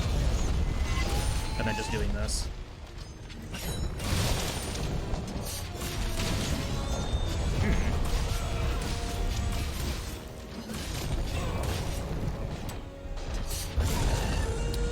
Trying to iframe that roar. I wonder if the special sheath iframes are enough to get through its roar. Man, it really do be having white sharpness and going that quickly through sharpness.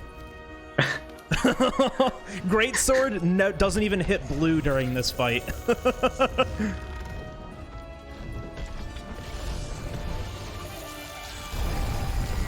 This AI, if he can just do this, like, all of the time, would be amazing.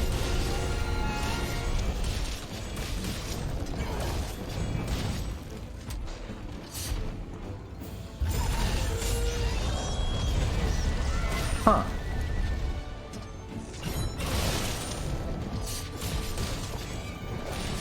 He's gaming?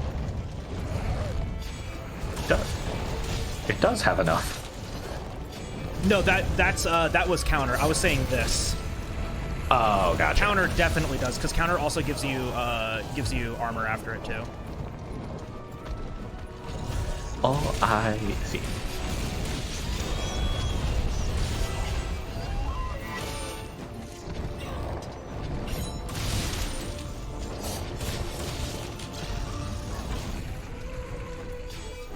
All right, I'm back. Welcome back. We missed you.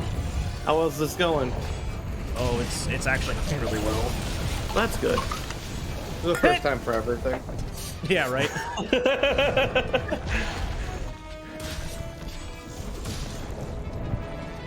Just moving around a lot right now, which isn't helpful.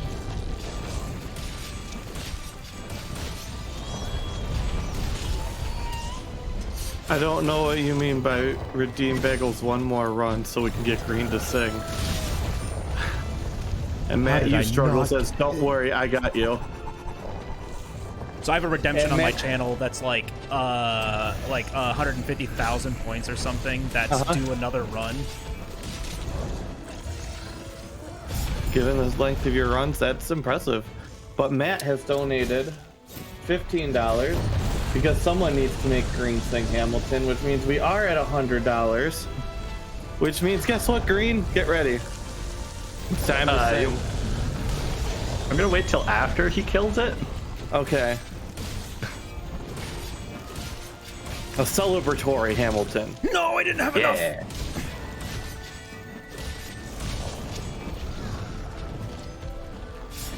Way too soon. Way too soon. What are you doing, Bagel?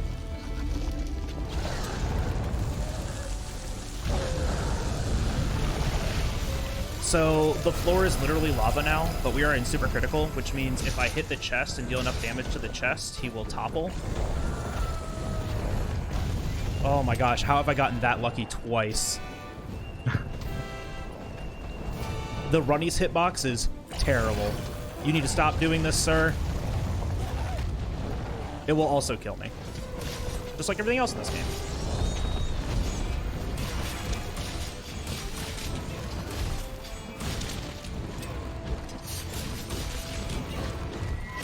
YOLO.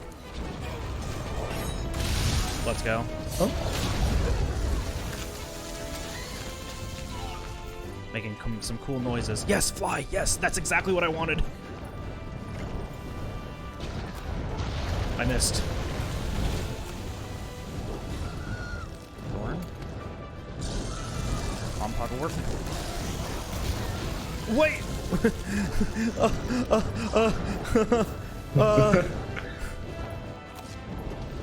Trained U.S. sniper here. For real though.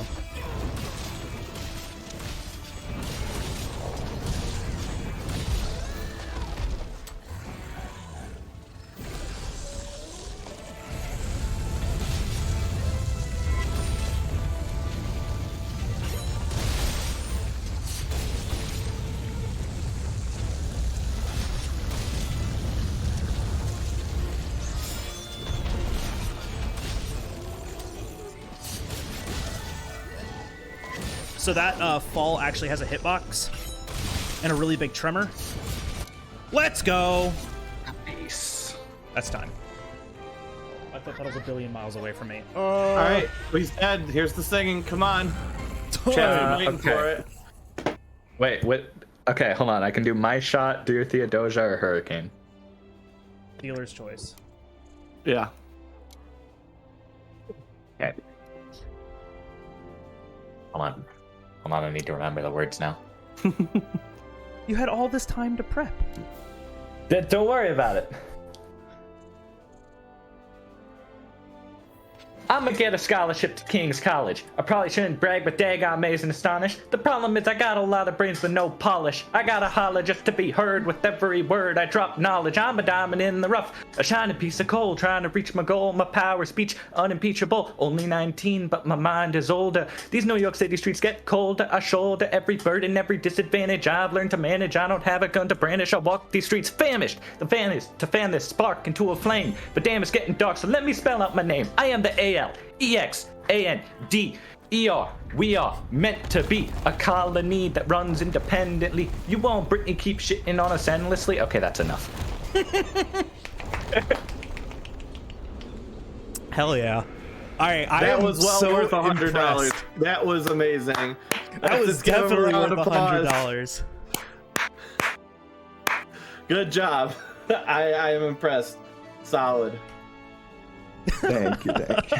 That was awesome. It really was. Oh, I'm impressed. All right.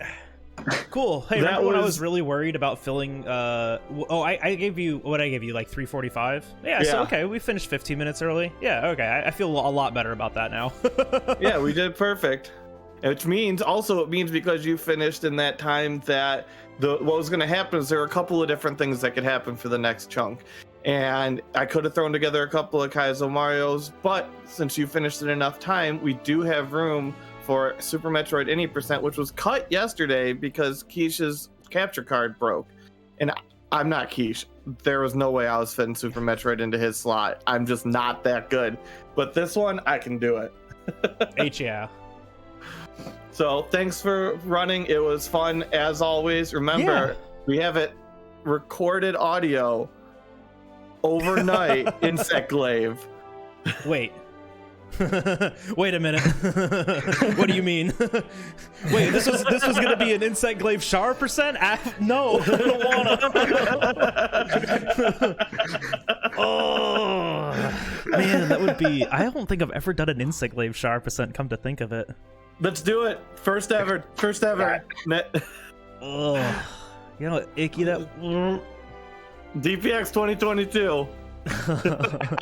Let's see if he remembers. I'm gonna get a DM a year from now in 11 months, and Meta's gonna be like, I already added you to the list for sure. Oh, absolutely. No, we're gonna put it down. We're gonna put it in the notes. We've got a Discord dedicated for staff. No, this is gonna be in there. You're gonna get a knock on that door. Yo, it's time to do Char percent. Let's go. Exactly.